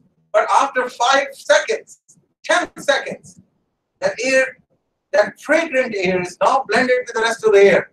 There's nothing out there. All right? Everybody sees it here. So what you're doing, don't worry, I'll give you a chance. Let me complete the answer to your question first. Okay? So what you're doing by publishing a paper is actually pricking a needle in your invention. Okay? On the other side, you can argue that you're gonna set up a stall, right? Or you're gonna stand by the roadside and you're gonna put a notice. Hey, anybody who wants to smell the best smell of the world, give me 10 rupees and you can take 5 sniffs. You see what I'm saying? Can you do that? Yeah, of course. So that would be a way for you to keep that ownership of the smell. People can smell it, but they can't carry that smell with them, right? And you make money on it. That would be commercialization. So you got to be very careful what the objective is when you engage in these technology exercises. Got to be very careful. The second part of the question that he asked was the difference between US and India, right, in the process. Let's go to that difference. So you're here in India, right, Silchar? So you invent something, and then you say, I have to file. File. How do you file? You go to the government office. But let's say because government of India is going electronic, there is an electronic way for you to file, right? So you go to the website of Government of India Patents, and they say, okay, fine, upload your document, pay 5,000 rupees as the fees, right? Folks, government never does anything for free, right? So you apply, the government says 5,000 rupees. Okay, you say, fine, here is my Paytm account, money paid, application filed. They will issue you a receipt. That will tell you this application, they will give you a number, this date, this time, all right? And India operates on one time only. There's only one time zone in India. Whether you are here in Silchar or you are in Gujarat, it's one time zone, right? Everybody knows this, right? The time zone actually runs through Allahabad. Okay, one time zone. So there's a time stamp. There's a time stamp. Not only a date stamp, a time stamp on that receipt that they issue, and that's a legal receipt, right? You can later on go to the government and you can say, government, I have this receipt. Could you please certify that document for me? They will give you a certified copy. Okay? Because you need to show the certificate to the government of India, to the other bodies, to establish your ownership of that document, of that invention. Very good. So you say it's 12 noon. 12 noon. Now, 12 noon means, let's say, noon time in India is, let's say, 12 midnight in the US. Right? 12 midnight in the US. Somebody gets the same idea. Zoo. But now, it's 12:05 a.m. 12:05, 5 minutes later, they file their application. Can they do that? Of course they can do it. I mean, who is stopping anybody to file? But now, has your application that you filed in Silchar, filed from Silchar with the government of India, has that application become a prior art to that application that has been filed in the US 5 minutes later? What's the answer? The answer is yes. The answer is yes. So when you say novelty, it's not novelty in Silchar. It's not novelty in whole of India. Novelty means the entire earth. Okay? Now, there is no way for you to conduct 100% accurate search on Google. When you say, when you're searching for prior art, has somebody done it before? Novelty. There is no way to carry out exhaustive search using Google. Why so? Maybe somebody did it in Korean language. Do I know Korean? Even if the document pops up, I can't make anything out. All right? Maybe somebody did it in Russian language. Who knows what? So the amount of material out there that constitutes prior art is huge. But you got to figure a few things out. All right? So there is always a chance that what you are claiming to be novel is not novel. Okay? But the requirements that you have, the three requirements that you have, the novelty, the utility, and the non-obviousness, that argument, you cannot say it should be non-obvious to those who are skilled in the art in India. No, no such thing as in India. Even though you're seeking intellectual property rights in India, it's got to be non-obvious to anybody who is skilled in the art. Okay? The rights that you seek are jurisdictional, but the conditions that you meet, that you need to meet, are global. Everybody's good on that. Okay, let me pause here, take a breather, and see if there are more questions. Folks, go ahead, sir. Can we pass the microphone to the gentleman in the back?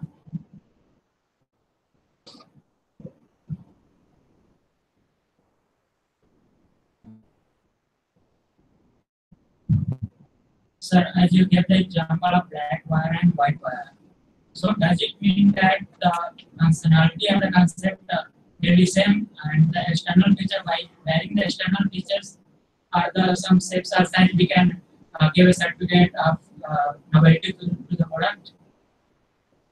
The answer again, you really, it's not so much about, I gave an example of color of the cable, right? The wiring on the inside was the same, right? That's what you're saying. The answer is again, you have to reason. You're not seeking patent for the wiring that's running in the casing. You're seeking a patent for a white color casing. That's what you're seeking the patent for. Okay? So you got to stay focused. The patent does not need to cover your product end to end everything. It's only covering certain aspects of that product.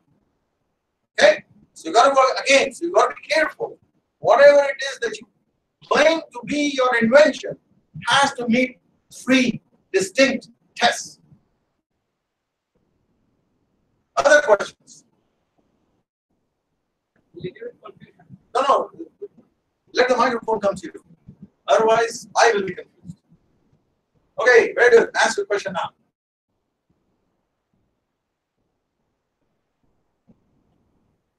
By the way, there is only one more thing I want to say for today. But then this is really very heavy duty. We're going to come back and talk. We have 2 hours tomorrow. We're going to talk about intellectual property tomorrow for 2 hours. All right? But in the meantime, between today and tomorrow, I want you guys to invent something. Okay? Go ahead, sir. Ask a question. Let's say any person in India make some product and file some patent in India, government of India. So, if any company in which is there in India, if they produce this product, they used to pay some money to that person. Okay. Then what about the US company? So the Indian guy can file something legal issue for the Indian company. Or is it means there any system is there to file any legal system for US company which is producing the same product? What? I think I need to understand your question a little better. So you're talking about an Indian company and a US company, but you're talking about the jurisdiction is India, right? So if the jurisdiction is India, as far as India is concerned, there is no distinction between a US company and an Indian company. Okay, it doesn't matter. The jurisdiction is India. The courts are going to look at who owns the intellectual property. The courts are going to say, is this person, is this company, the product of this company, violating the ownership of the invention? And if the answer is yes or no, there are certain penalties. Okay? Now, folks understand this.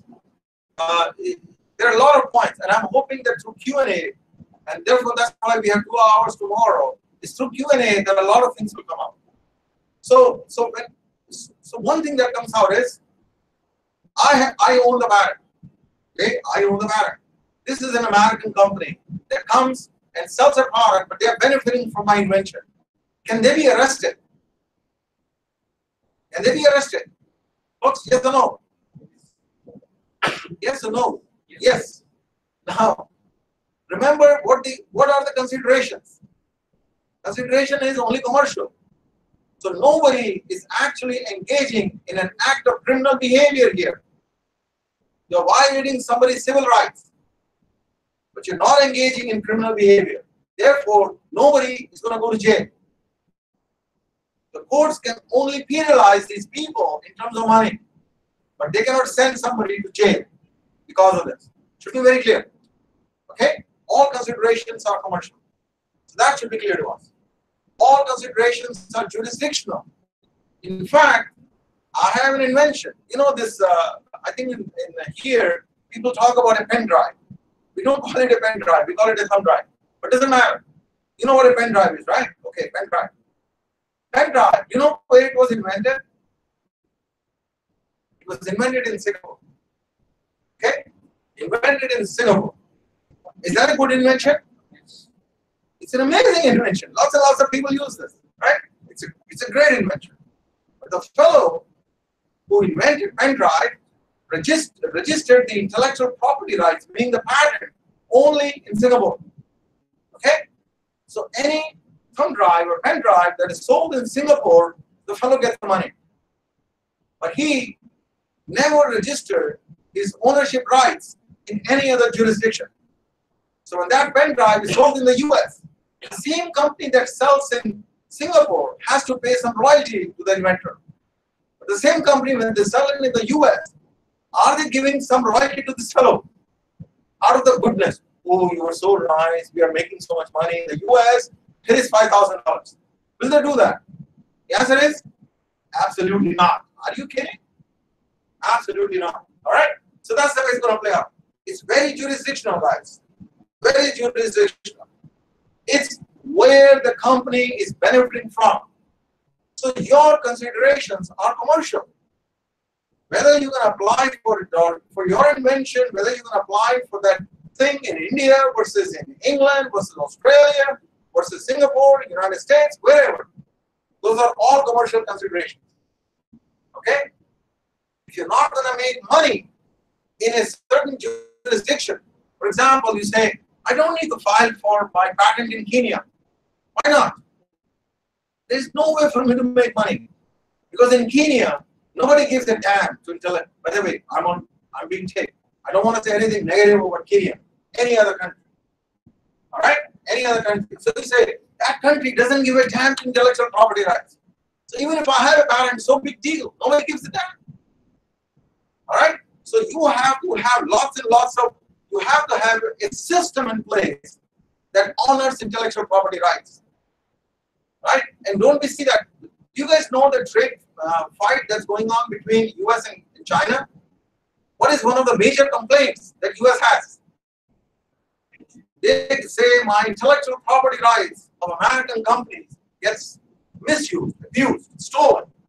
Right? Whether it's justified or not, that's not for us to say. But the point is, the point that we are trying to make is that intellectual property rights constitute a key competitive advantage in the marketplace. If you can prevent people from going over your land that you own, and if the circle they have to walk to get around your invention, if that circle causes tremendous amount of pain, they rather give you some money and walk over your land. Everybody sees what I'm saying. Other questions? Go ahead, sir. One question is, suppose if I write a book or a book chapter, then I will get the royalty, right? But on the other hand, if I publish a paper on a journal, I have some papers, so it has been sold by the publisher for $45, but I don't get a dime. So why is that difference? Okay, folks, Again, I would say many things if the camera was not rolling. But because the camera is rolling, there is, I have to be very careful in what I say. But all I'm going to say is, typically when you see these people, what do they say when they want to avoid saying anything on the camera? They say no comments, right? Don't you see these movies? No comments. Breaking news, no comments. But I don't want to say no comments. You have to understand this. When you do a research paper and you publish in a journal or a conference proceedings, by the way, conferences are actually businesses. Please don't think that conference is being done to advance the knowledge. There is no such thing as advance the knowledge. There's only one thing, advance your pocket. Okay? So all conferences are commercial enterprises, they are commercial activities. But why do we pay $1,000, right? When you go to conference, don't you pay registration fees? $1,000. $1,000 for the fees, and then you publish, and then do they ever pay you any money? No. So why would you do it? There must be some other system out there that creates a value for you to publish your paper in this conference where you get no money from. But there still must be some value. Otherwise, you would not do it. Okay? So the simple argument is you're still getting some value. That's the simple argument. There are other shades of this argument, like I said, but the simple argument is a value argument. Okay? Folks, others?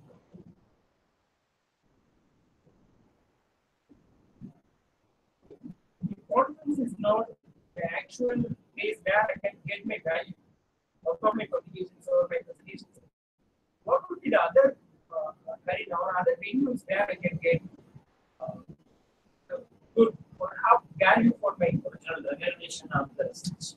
Original recognition of the research. Because we talk about conference are not creating a value but filling their pockets. No, it's filling their pockets.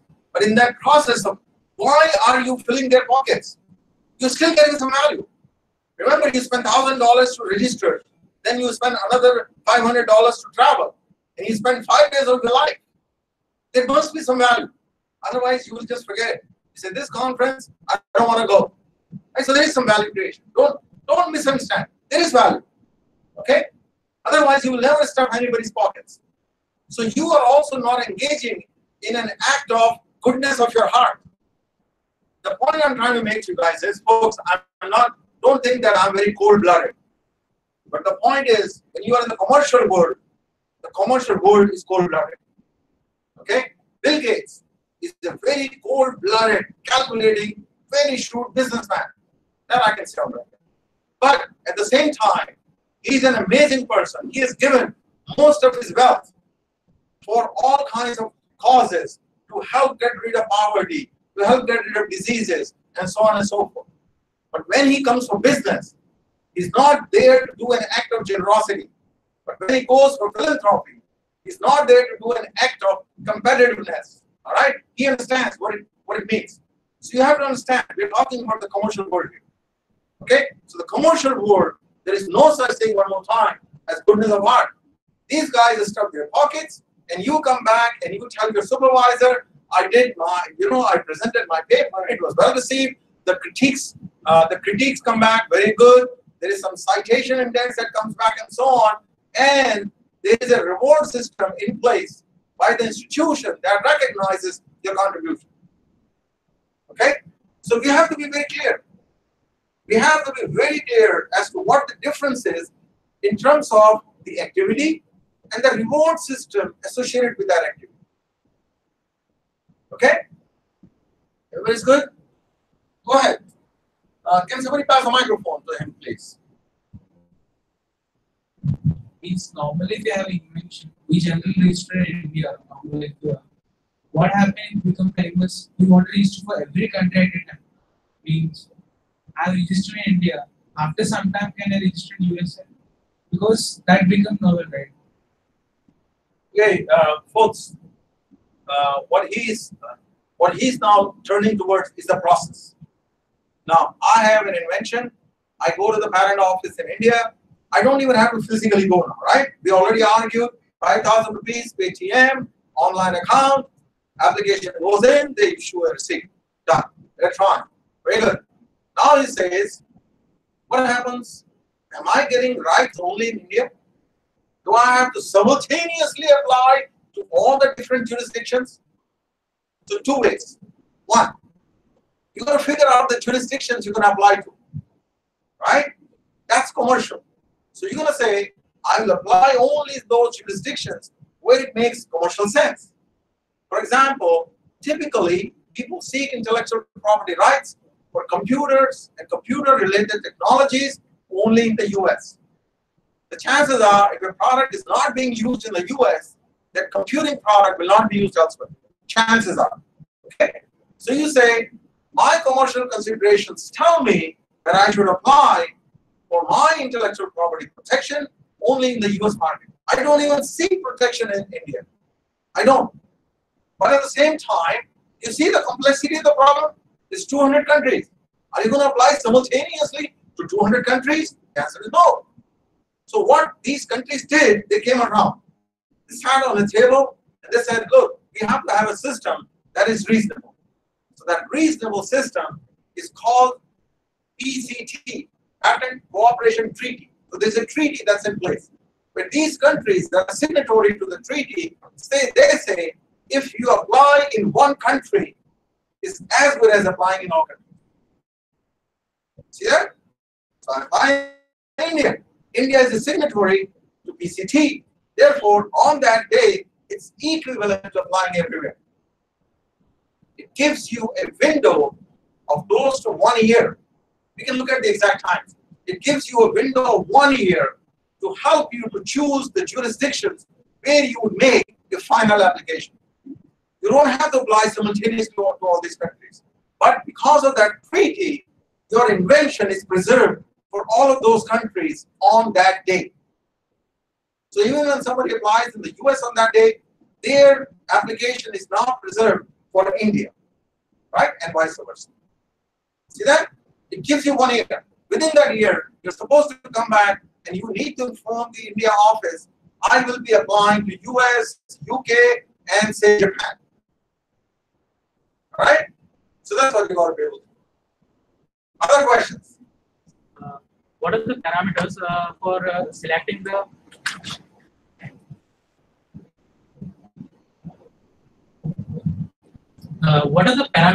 selecting the co-inventors of a patent? Means in a process, there may be many persons who are involved. Suppose if a person comes up and says that yes, I have helped you moving the hardware. So Yeah. would he be eligible? Very good. That's good. It is a practical problem. So you say, yes, this is a practical question. So you say, maybe I had somebody who helped me to move the equipment from one room to the other room. All right? If we had never moved to the other room, I don't know, the fellow says you may have never been able to invent. So is that enough? Okay. Law says this. Folks, this is an amazing thing. And I'll tell you why it's amazing. This is an amazing thing. So you can only have, remember it used, no, I'm not critiquing any place, anywhere, but it used to be many times, the practice was, sometimes you want to please your boss. Sometimes. Actually all the time. You want to please your boss. So one way to please the boss was you have some research. So you put boss's name on it. Right? Boss never did anything. But at the end of the year, the boss decides whether to give you the contract extension, whether to give your I think it's called in India CR, right? Confidential review, right? Confidential report. So the boss is going to say 5 star, 5 star, 5 star in the CR, right? So it used to be. Okay. Now, why are we able to do it for research papers? Research papers have zero legal standing. They mean nothing. In the legal world, they mean nothing. Right? You may publish lots of things, but in the legal world, it means nothing. All right? But a patent, each patent represents one invention. All right? And the law says when you want to seek intellectual property rights, when you're operating in the legal domain, only those people who have contributed to the invention can be listed as inventors. So you cannot list your boss as an inventor. If the boss gets listed as an inventor, and it is found out that the fellow never contributed to the invention, the patent is null and void. The penalties are very severe, guys, because this is law now. All right? Everybody sees that here. So very careful when you do patents. Only those who invent get to be named as inventors on that patent. What about the applicant? The applicant, okay, very, very good. I think that's a part we have not touched. Good question. The applicant, for example, I believe in a place like, say, NIT, okay? In a place like NIT, there must be a system here where when you invent, you're going to write what is called an invention disclosure. And your employment contract must say that whatever it is that you invent when you're employed by any organization, by right, you're going to disclose it to that organization. You're going to write an invention disclosure. And the invention, through your employment contract, belongs to that institution. And that institution will conduct some kind of an internal review to see, is it really a patent, worthy invention? Should I write? Should I apply or should I not apply? In that case, the applicant is the institution or the employer. It's not the person.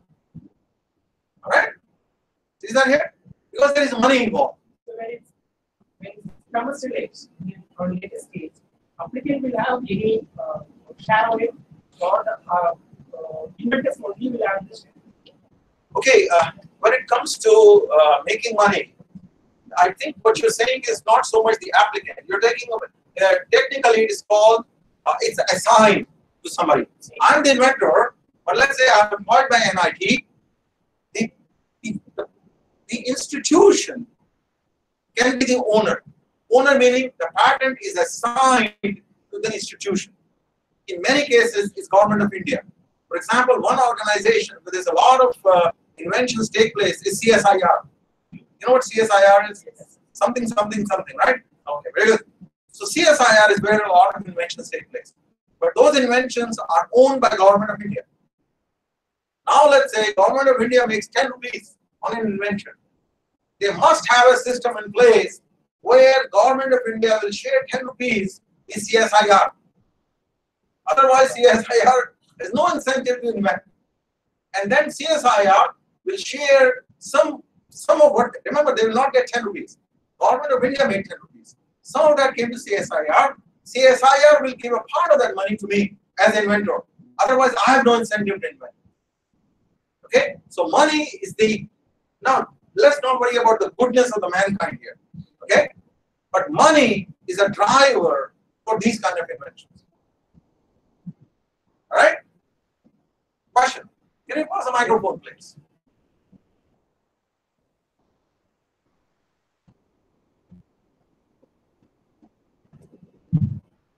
So, sir, I want to share something about the questions asked by the gentleman. First one, his first question. I'm having some research work. I invented something. For my academic filing purpose, I am in need of publishing the things in the internet as a journal paper. Afterwards, is it possible to find a patent from the research outcome? This is what is question. Actually, as per the Indian patent rules, unless you are only eligible to file patent for an invention which is not disclosed at all. But in particular, in Indian IPR, there is a provision is there. Even you disclosed your invention as a publication or a seminar or exhibit, you are having provided with a 1 year grace period. Within that, you are eligible to file patent. Okay. And then the second question, Indian and American patent, I think already you have answered about it. There is no world patent. No. Patent is only for a conventional country. It's jurisdictional. Yeah, it's limited within the particular jurisdiction. Yes. That's all. And also about another question. In the research work, so many of people are working there. There is any particular parameter is to be considered when we are adding their name as inventor. There is no specific parameters are there. However, you are thinking that these personalities are involved with the particular research work in less quantum or more quantum. It is the responsibility of the group whether we are adding the name or not. And then the next one is the list of applicants. Applicants is nothing but just your answer. Applicants is the person who are all lifting up and giving economic support to filing the patent. And they are the persons who are responsible for commercializing the particular patent into a market product. So all legal rights and royalty rights are goes with the applicant. So in most of the cases, educational institutions in India, they are maintaining the natural persons, that is the inventors, maybe the staff member and the project work students, maintaining their naming the inventor list, and then the applicant, which is nothing but the institution, other than the natural person. Or sometimes some individual researchers are maintaining their name as inventors, and they are maintaining their name in the applicant. But moreover, in India, in the other places, the party which is able to support the economic support to file the patent, they are maintaining their name in the applicant.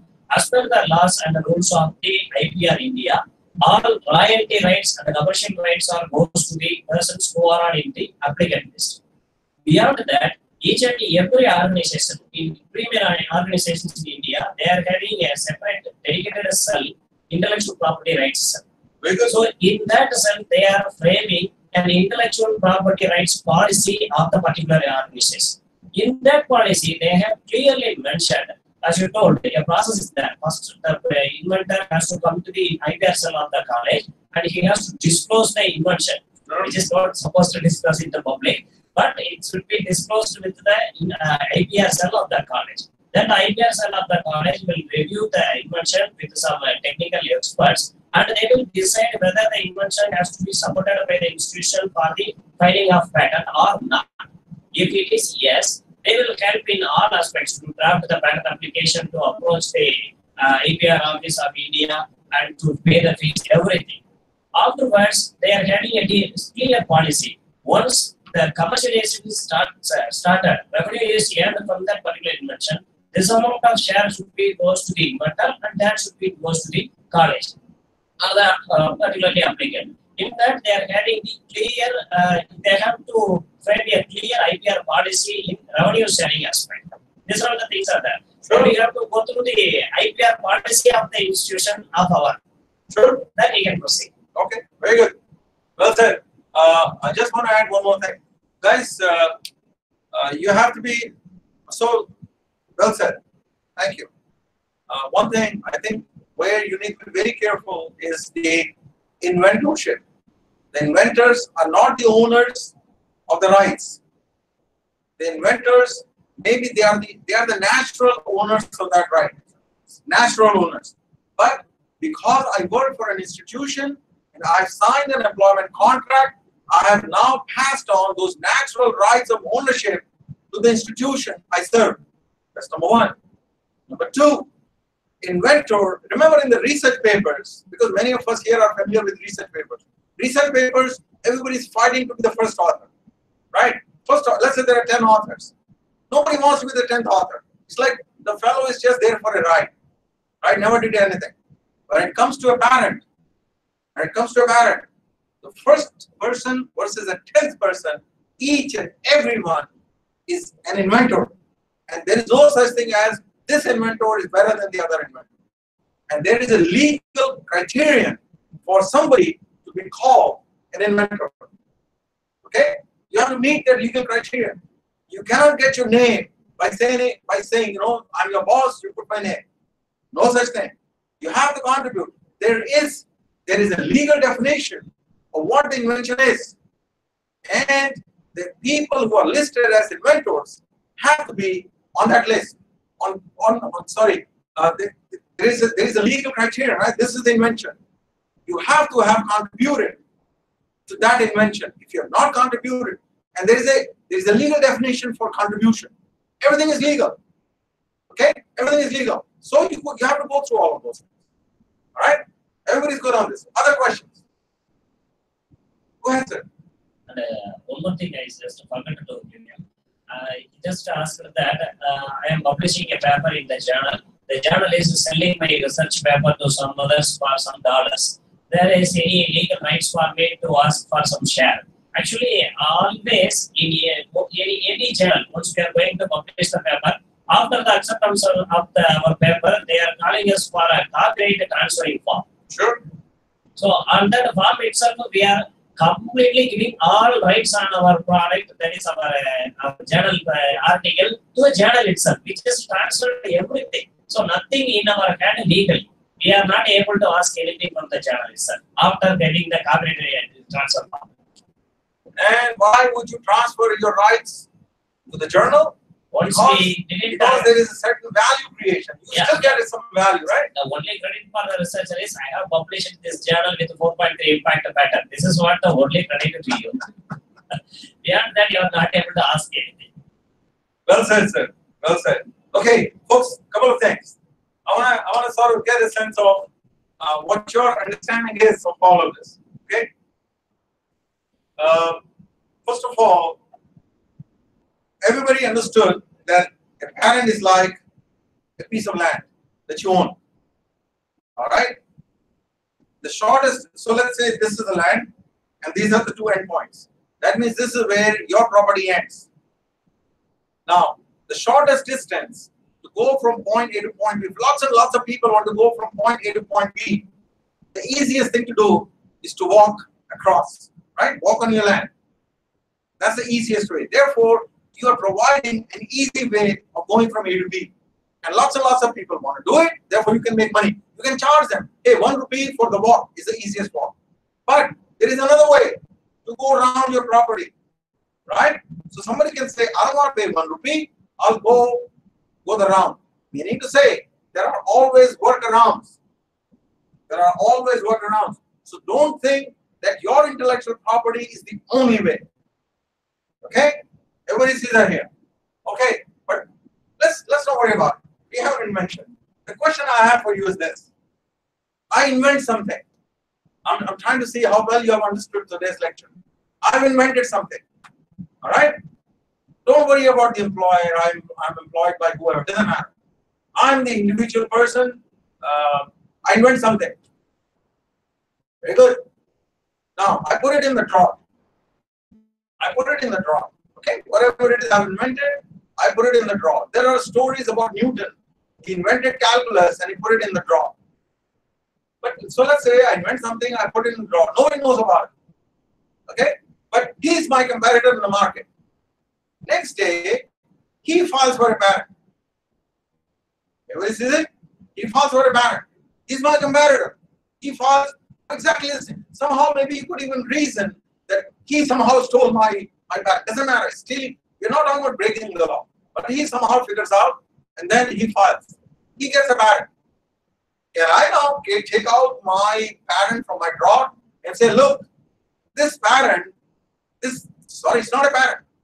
This document describes that invention, and this document was prepared 1 day earlier than his. Therefore, this is the prior art. Right? Everybody sees that here. So even if you don't give me my patent, his should not be there because this is the prior art. How about this? Will the courts listen to this kind of argument? I took it out of the drawer. Courts will say, forget it. I mean, if you're so stupid to invent something, put it in the drawer, forget it. Okay, now, other situation.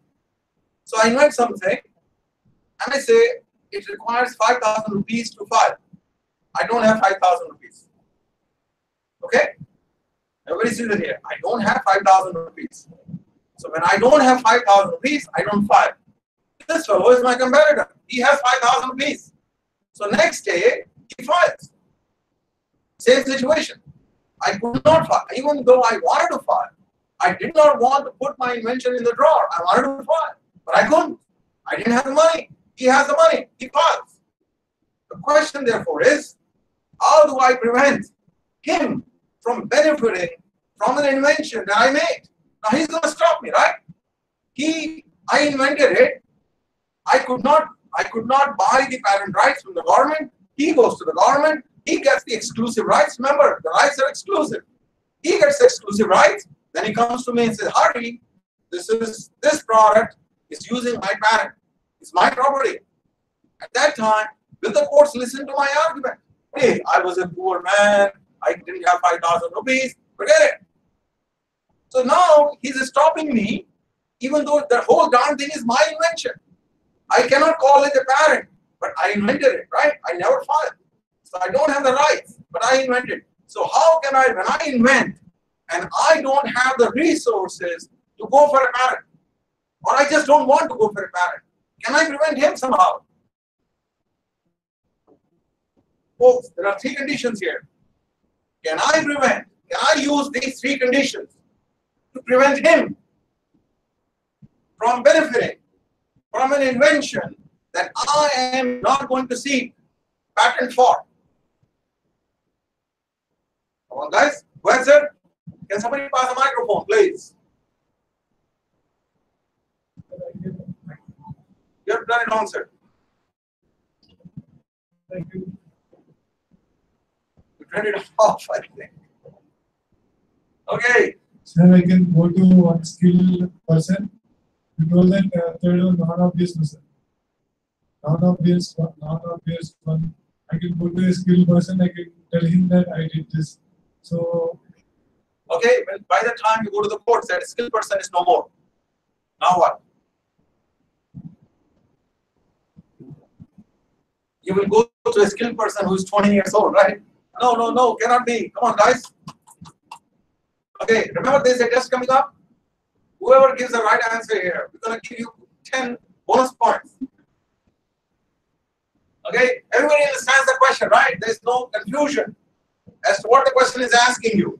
And during the documentation, the filing button, all the names should be mine, with the inventor who has the lack of money. So in the patent, during filing. No. I have invented. I don't have the money. So the patent. So I have not even written the whole document. I have written my invention. I place it on my desk. I said, the day I have 5,000 rupees, I'll file. But next day, you go and file. You're my competitor. You don't even know my document exists. All right? So you have filed. The question is how I can prevent others from benefiting from an invention that I have conceived.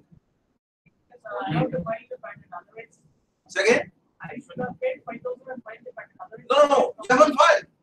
The objective is you haven't filed. You don't have 5,000 rupees. Then the issue doesn't arise at all. I can't compete. No. Careful, guys. Careful. This is now you have to start thinking. Remember, everybody sort of calls lawyers all kinds of names, shoot people, cunning people, right? This and that. So there must be a legal way of preventing my competition from benefiting from my invention. So by simply publishing it in any journals and all. Very good. In that way, means I can prevent it since it will be a prior art. Very good. All as long as you are able to publish it at one place, that will act as a timestamp. So you can actually publish it not in a journal because journal takes long. But that's exactly what you're going to do. You're going to publish it on the Facebook. You can write Facebook, right? Everybody knows. You can write long stories on Facebook. You can post pictures. You can post videos. So you can disclose. There are resources on the web whereby you can publish your invention. As soon as you publish it, what have you done? You've now made everyone else that comes after you, their novelty argument is defeated. Everybody see that here? Okay? So that's what you're going to do. Very good. Last question for the evening. So because you said publish in the journal, not publish online, we'll give you 5 points out of 10. Okay? All right, but very good. So you got to start thinking kind of like a little crazy here. One more question. Let's understand this obvious versus non-obvious argument a little bit. Okay? So you have an invention. And you say, okay, novelty, check. Utility, check. Now we are at non-obviousness. Okay? Now let's just say the scale is 0 to 100. 0 is completely obvious. 100 is completely non-obvious. 100 is like You took the electron and you chopped it into 1,000 sub-electrons, right? And then you took each of those sub-electrons and you chopped it further into 1,000 sub-electrons. That's 1,000 here. Sorry, 100 here. So 0 is completely obvious. It's like aloo gobi pyaj. Here, it's not obvious. And let's say 50 is the cutoff point. Everybody sees it here? What is the value that you will assign to your invention? You're seeking intellectual property rights. You're going to meet these 3 conditions. At what number? Remember, 50 is the cutoff. At what number is your invention? You got to assess your own number. So what number? Okay, folks, simple question. It's not complicated. So let's say, can that number be 0? Why not? So if I am thinking about something new, so I will not think about something which is very obvious. If it's obvious, you can't get any intellectual property protection, right? Everybody see that here. So score of 0 means cannot, forget it. It's not an invention. Okay, let's move. 10. Folks, 10. Can you score your invention at 10? No, why not? Still obvious. Right? Still obvious. Okay, 10, 20, 30, 40, 45, 49.9, everything is obvious. Let's go. 51, 61, 71, 81, 91, 101. Where are you? What is the measure? What number? Must be 100. Very good. Remember, 100 was like chopping electrons. Okay, very good. 100. Others? Okay, 100 means it's not obvious, right? Guaranteed. It's like giving the Nobel Prize. Okay, how about 99? You get it at 99? Remember, 99 is 99 making it non-obvious. Yes. How about 79? Is that making it non-obvious? How about 51? How about 51? Is that making it non-obvious? What's the answer? Is 51 making it non-obvious? You're shaking your head, right? Is that non-obvious? Guys, come on. The threshold is at 50. So 51 is non-obvious. 50 is obvious means there is a product out there, meaning there is a technology out there. Maybe people are using it and so on. When you come to 51, the markets are already there. Okay? Your technology is the next step. Right? It's the next step right there. When you have a score of 100, it's like somebody has to walk the walk from 50 to 99 before the markets have to catch up. From 50 to 99 before they can use your invention sitting at 100. So the attempt which you want to do when you have commercial considerations and when you invent, the attempt is to make that invention at 51. Now, what is the flip side of making an invention at 51? A small misassessment can make it drop below 50. You see that? 51 kind of like looks like 50, right? Does it not? So a small misstep somewhere and you fall into becoming obvious. Clear to everybody. So, but when you are at 100, everybody can see, oh, up to 50 is like red color. This is like dark, I don't know, dark brown or whatever. You cannot mistake the two. But 51, you guys know this, right? Color palette. When you have a color palette, you can always mix the two neighboring colors, right? They're so close. So that's the difference we're talking about. All right? So your skill is to be able to operate at a score of 51, 52, right? And away from the score of 48, 49. That's where the skill is. All right? That's what you have to be inventing. That's where the market has already seen the value creation by everything up to 50. You are the next fellow, sitting at 51, 52. for value creation. All right? Any other thoughts, any other things you want to share for today? This conversation, guys, will continue. We have a lot more things to say and do. But for today, I think this has been a very sweet session. Any questions, last minute thoughts, anything at all? Go ahead. We need to get him the microphone, please.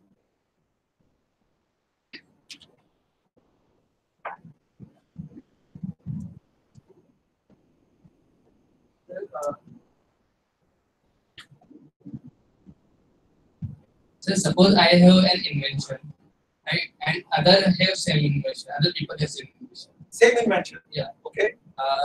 But the other person which has the same invention, we wanted to implement the said invention in other ways. Like guys, what I'm saying is, let's suppose we have Amazon, right? Flipkart is doing same thing, and Amazon is also doing the same thing. But maybe Amazon is coming first coming to market, and then Flipkart come, right? So should Amazon file a legal action against Flipkart that we have brought this idea first and you have brought this second, therefore you can't apply these ideas to this business? Folks, what do you think? Okay.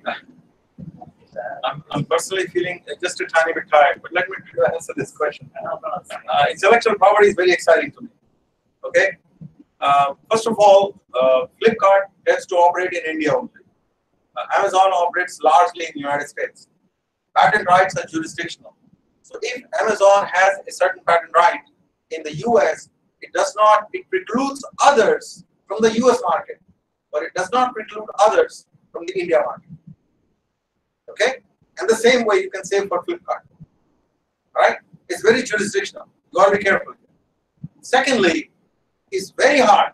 Okay, folks, who will say that these two patents are the same? So he has a patent, I have a patent. How will you say? So let's say his patent came one day before mine. Both are Indian patents. Let's not worry about the jurisdiction. My patent came one day after his. Okay? Or I filed one day after. Oh, by the way, it's very curious. He files and I file one day later. But that somehow the government, will the government process the applications like first come, first serve? No. The government is first come, don't care, just serve. Alright? So maybe my application gets granted first. Right? The government issues me a letter, comes by email. We have accepted your application for intellectual property. Here is the number. His application comes 1 year later. So first of all, you cannot claim to own the invention till the government agrees to give you those rights. Right? An application, an act of making an application does not give you the right to prevent others. You've only applied to the government. Hey, government, give me this land. But the government hasn't approved it yet. Everybody sees that here. Now, his application gets approved later than mine. Who has the rights? He applied first, I applied next. But mine got approved first, his got approved second. Who owns it? We have the who is earlier filed the patent having the rights. Because even during the patent filing process, legal action is the pre-grant opposition. That is, the opposition can be filed by the third party. For example, I am filing a patent of this one.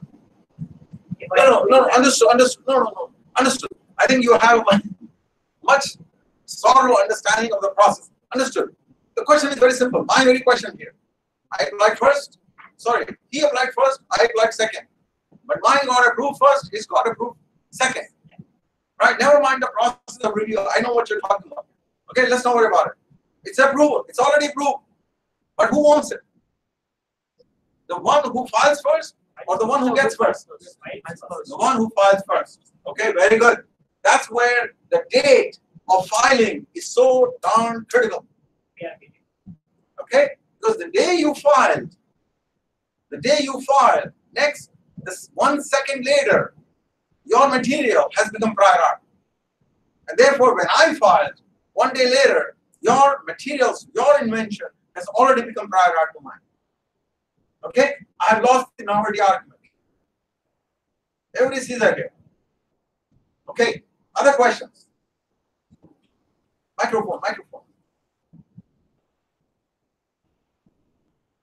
Go ahead. Sir, yesterday you showed a video about Steve Jobs, in which that he said the multi-screen touch and what they did is patented in 2007. After 2010, the multi-screen touchscreen came to the market. But how did that came? Even they own the patents, means they're paying money for them. I don't understand that. When you say 2010, what happened? Means smartphones, touchscreen smartphones are released. Oh, so all many, over the world. okay, two things here. One, the patent rights. Remember, those are exclusive rights for your land. Those rights, when you buy a house, you get the right to own that land forever. I mean, I don't know, in Delhi, you have what is known as leased land. Meaning you lease it from the government for a period of 99 years. At the end of 99 years, the land goes back to the government. Same thing with intellectual property. You get to own that property for 21 years. But it is after just 3 years. No, just listen. So after 21 years, it goes boom. It has become now gone to the public. That's what the government is saying. For 21 years, you have the exclusive rights, but not forever. Okay? Now, the speech that he gave in 2007, he says we have patented it. But you don't know how long ago. You don't know how long ago. All right? And the 21 years start from the day of making the first application. Okay? So we don't know. Secondly, when other companies are using multi-touch and so on, typically what happens is you negotiate a right of passage. So maybe a company will go to Apple and say, look, we want your technology. All right? And in exchange for you licensing me that technology, we will do these things for you. Okay? Also, many times, Apple may have sought jurisdictional sort of protection for their intellectual property in certain jurisdictions. But therefore, other jurisdictions don't need to care for this. So if you're going to sell, say, for example, hypothetically speaking, let's say you're going to sell in Nepal, but Apple never registered any intellectual property rights in Nepal, you can do what you want to do. All right? So this game gets played. I mean, actually, Apple, are we recording? Okay, Apple actually is known to be very sharp when they look out for intellectual property. They are known to be very sharp in a positive way, and they are known to be very sharp in not so positive. Never mind. Okay, these are all of these things are not done with any bad intention. All of these things are done from commercial consideration. That's the key part. Okay, other questions, comments? Go ahead, sir.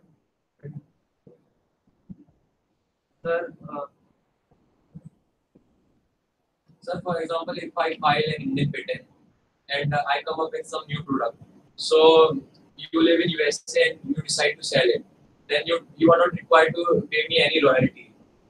Say, okay, you have to start again. I'm sorry. Go ahead. Start again. So I file an Indian patent. Okay. But I have not yet filed in the US. Okay. So you start selling my product in the US. Right. And you are not required to pay any royalty to me. No. So, but what if I decide to now apply for a patent in the US after about 2 years or 3 years? Okay. Then will you be required to pay me royalty after that?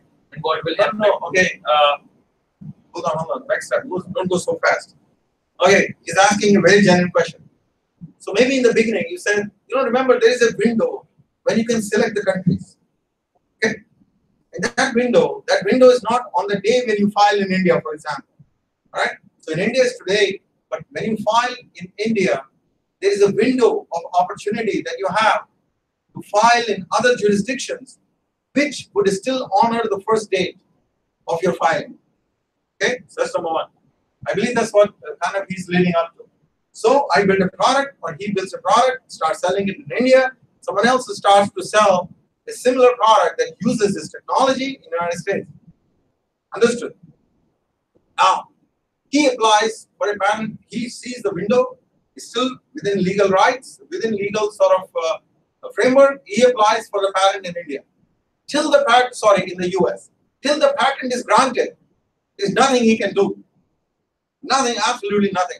But the day his patent is granted, that's when he can approach other people selling a product that is based on his technology. It becomes quote unquote his technology only after the patent is granted to him in the US. Everybody sees that here. Now he wants to enforce his property rights. So how is he going to enforce? Will he come to me and say, hey, your competitor, you're using this and stop using it? Will I stop just because he offers to pay for my lunch on that day? Folks, will I stop? The answer is no. I'll say, get out of here. Out. Okay? So where is he going to go? Who decides who owns what? Who decides it? It's the courts. So he has to go to the courts. Okay?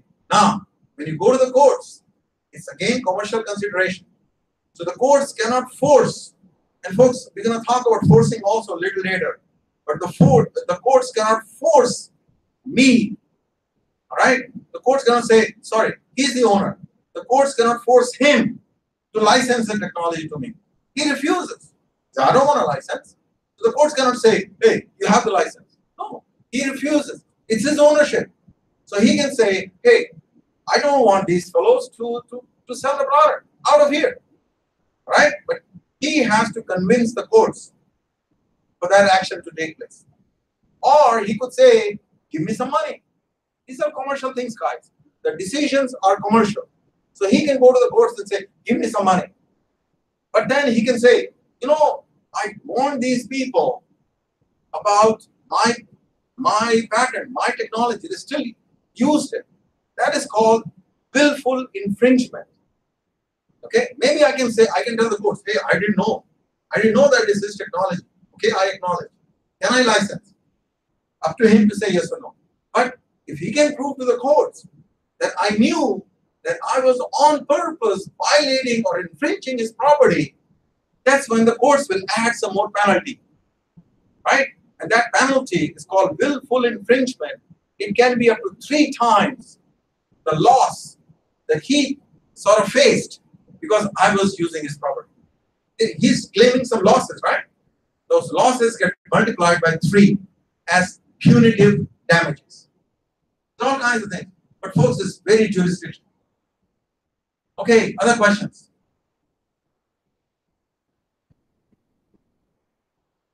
Folks, we still have a session coming up tomorrow, huh? So between now and tomorrow, you guys will invent something.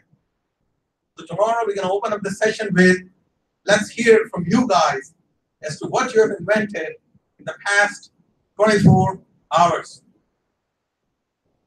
Okay? Everybody's good? All right. See you guys tomorrow. Is it tea or something outside? Oh, there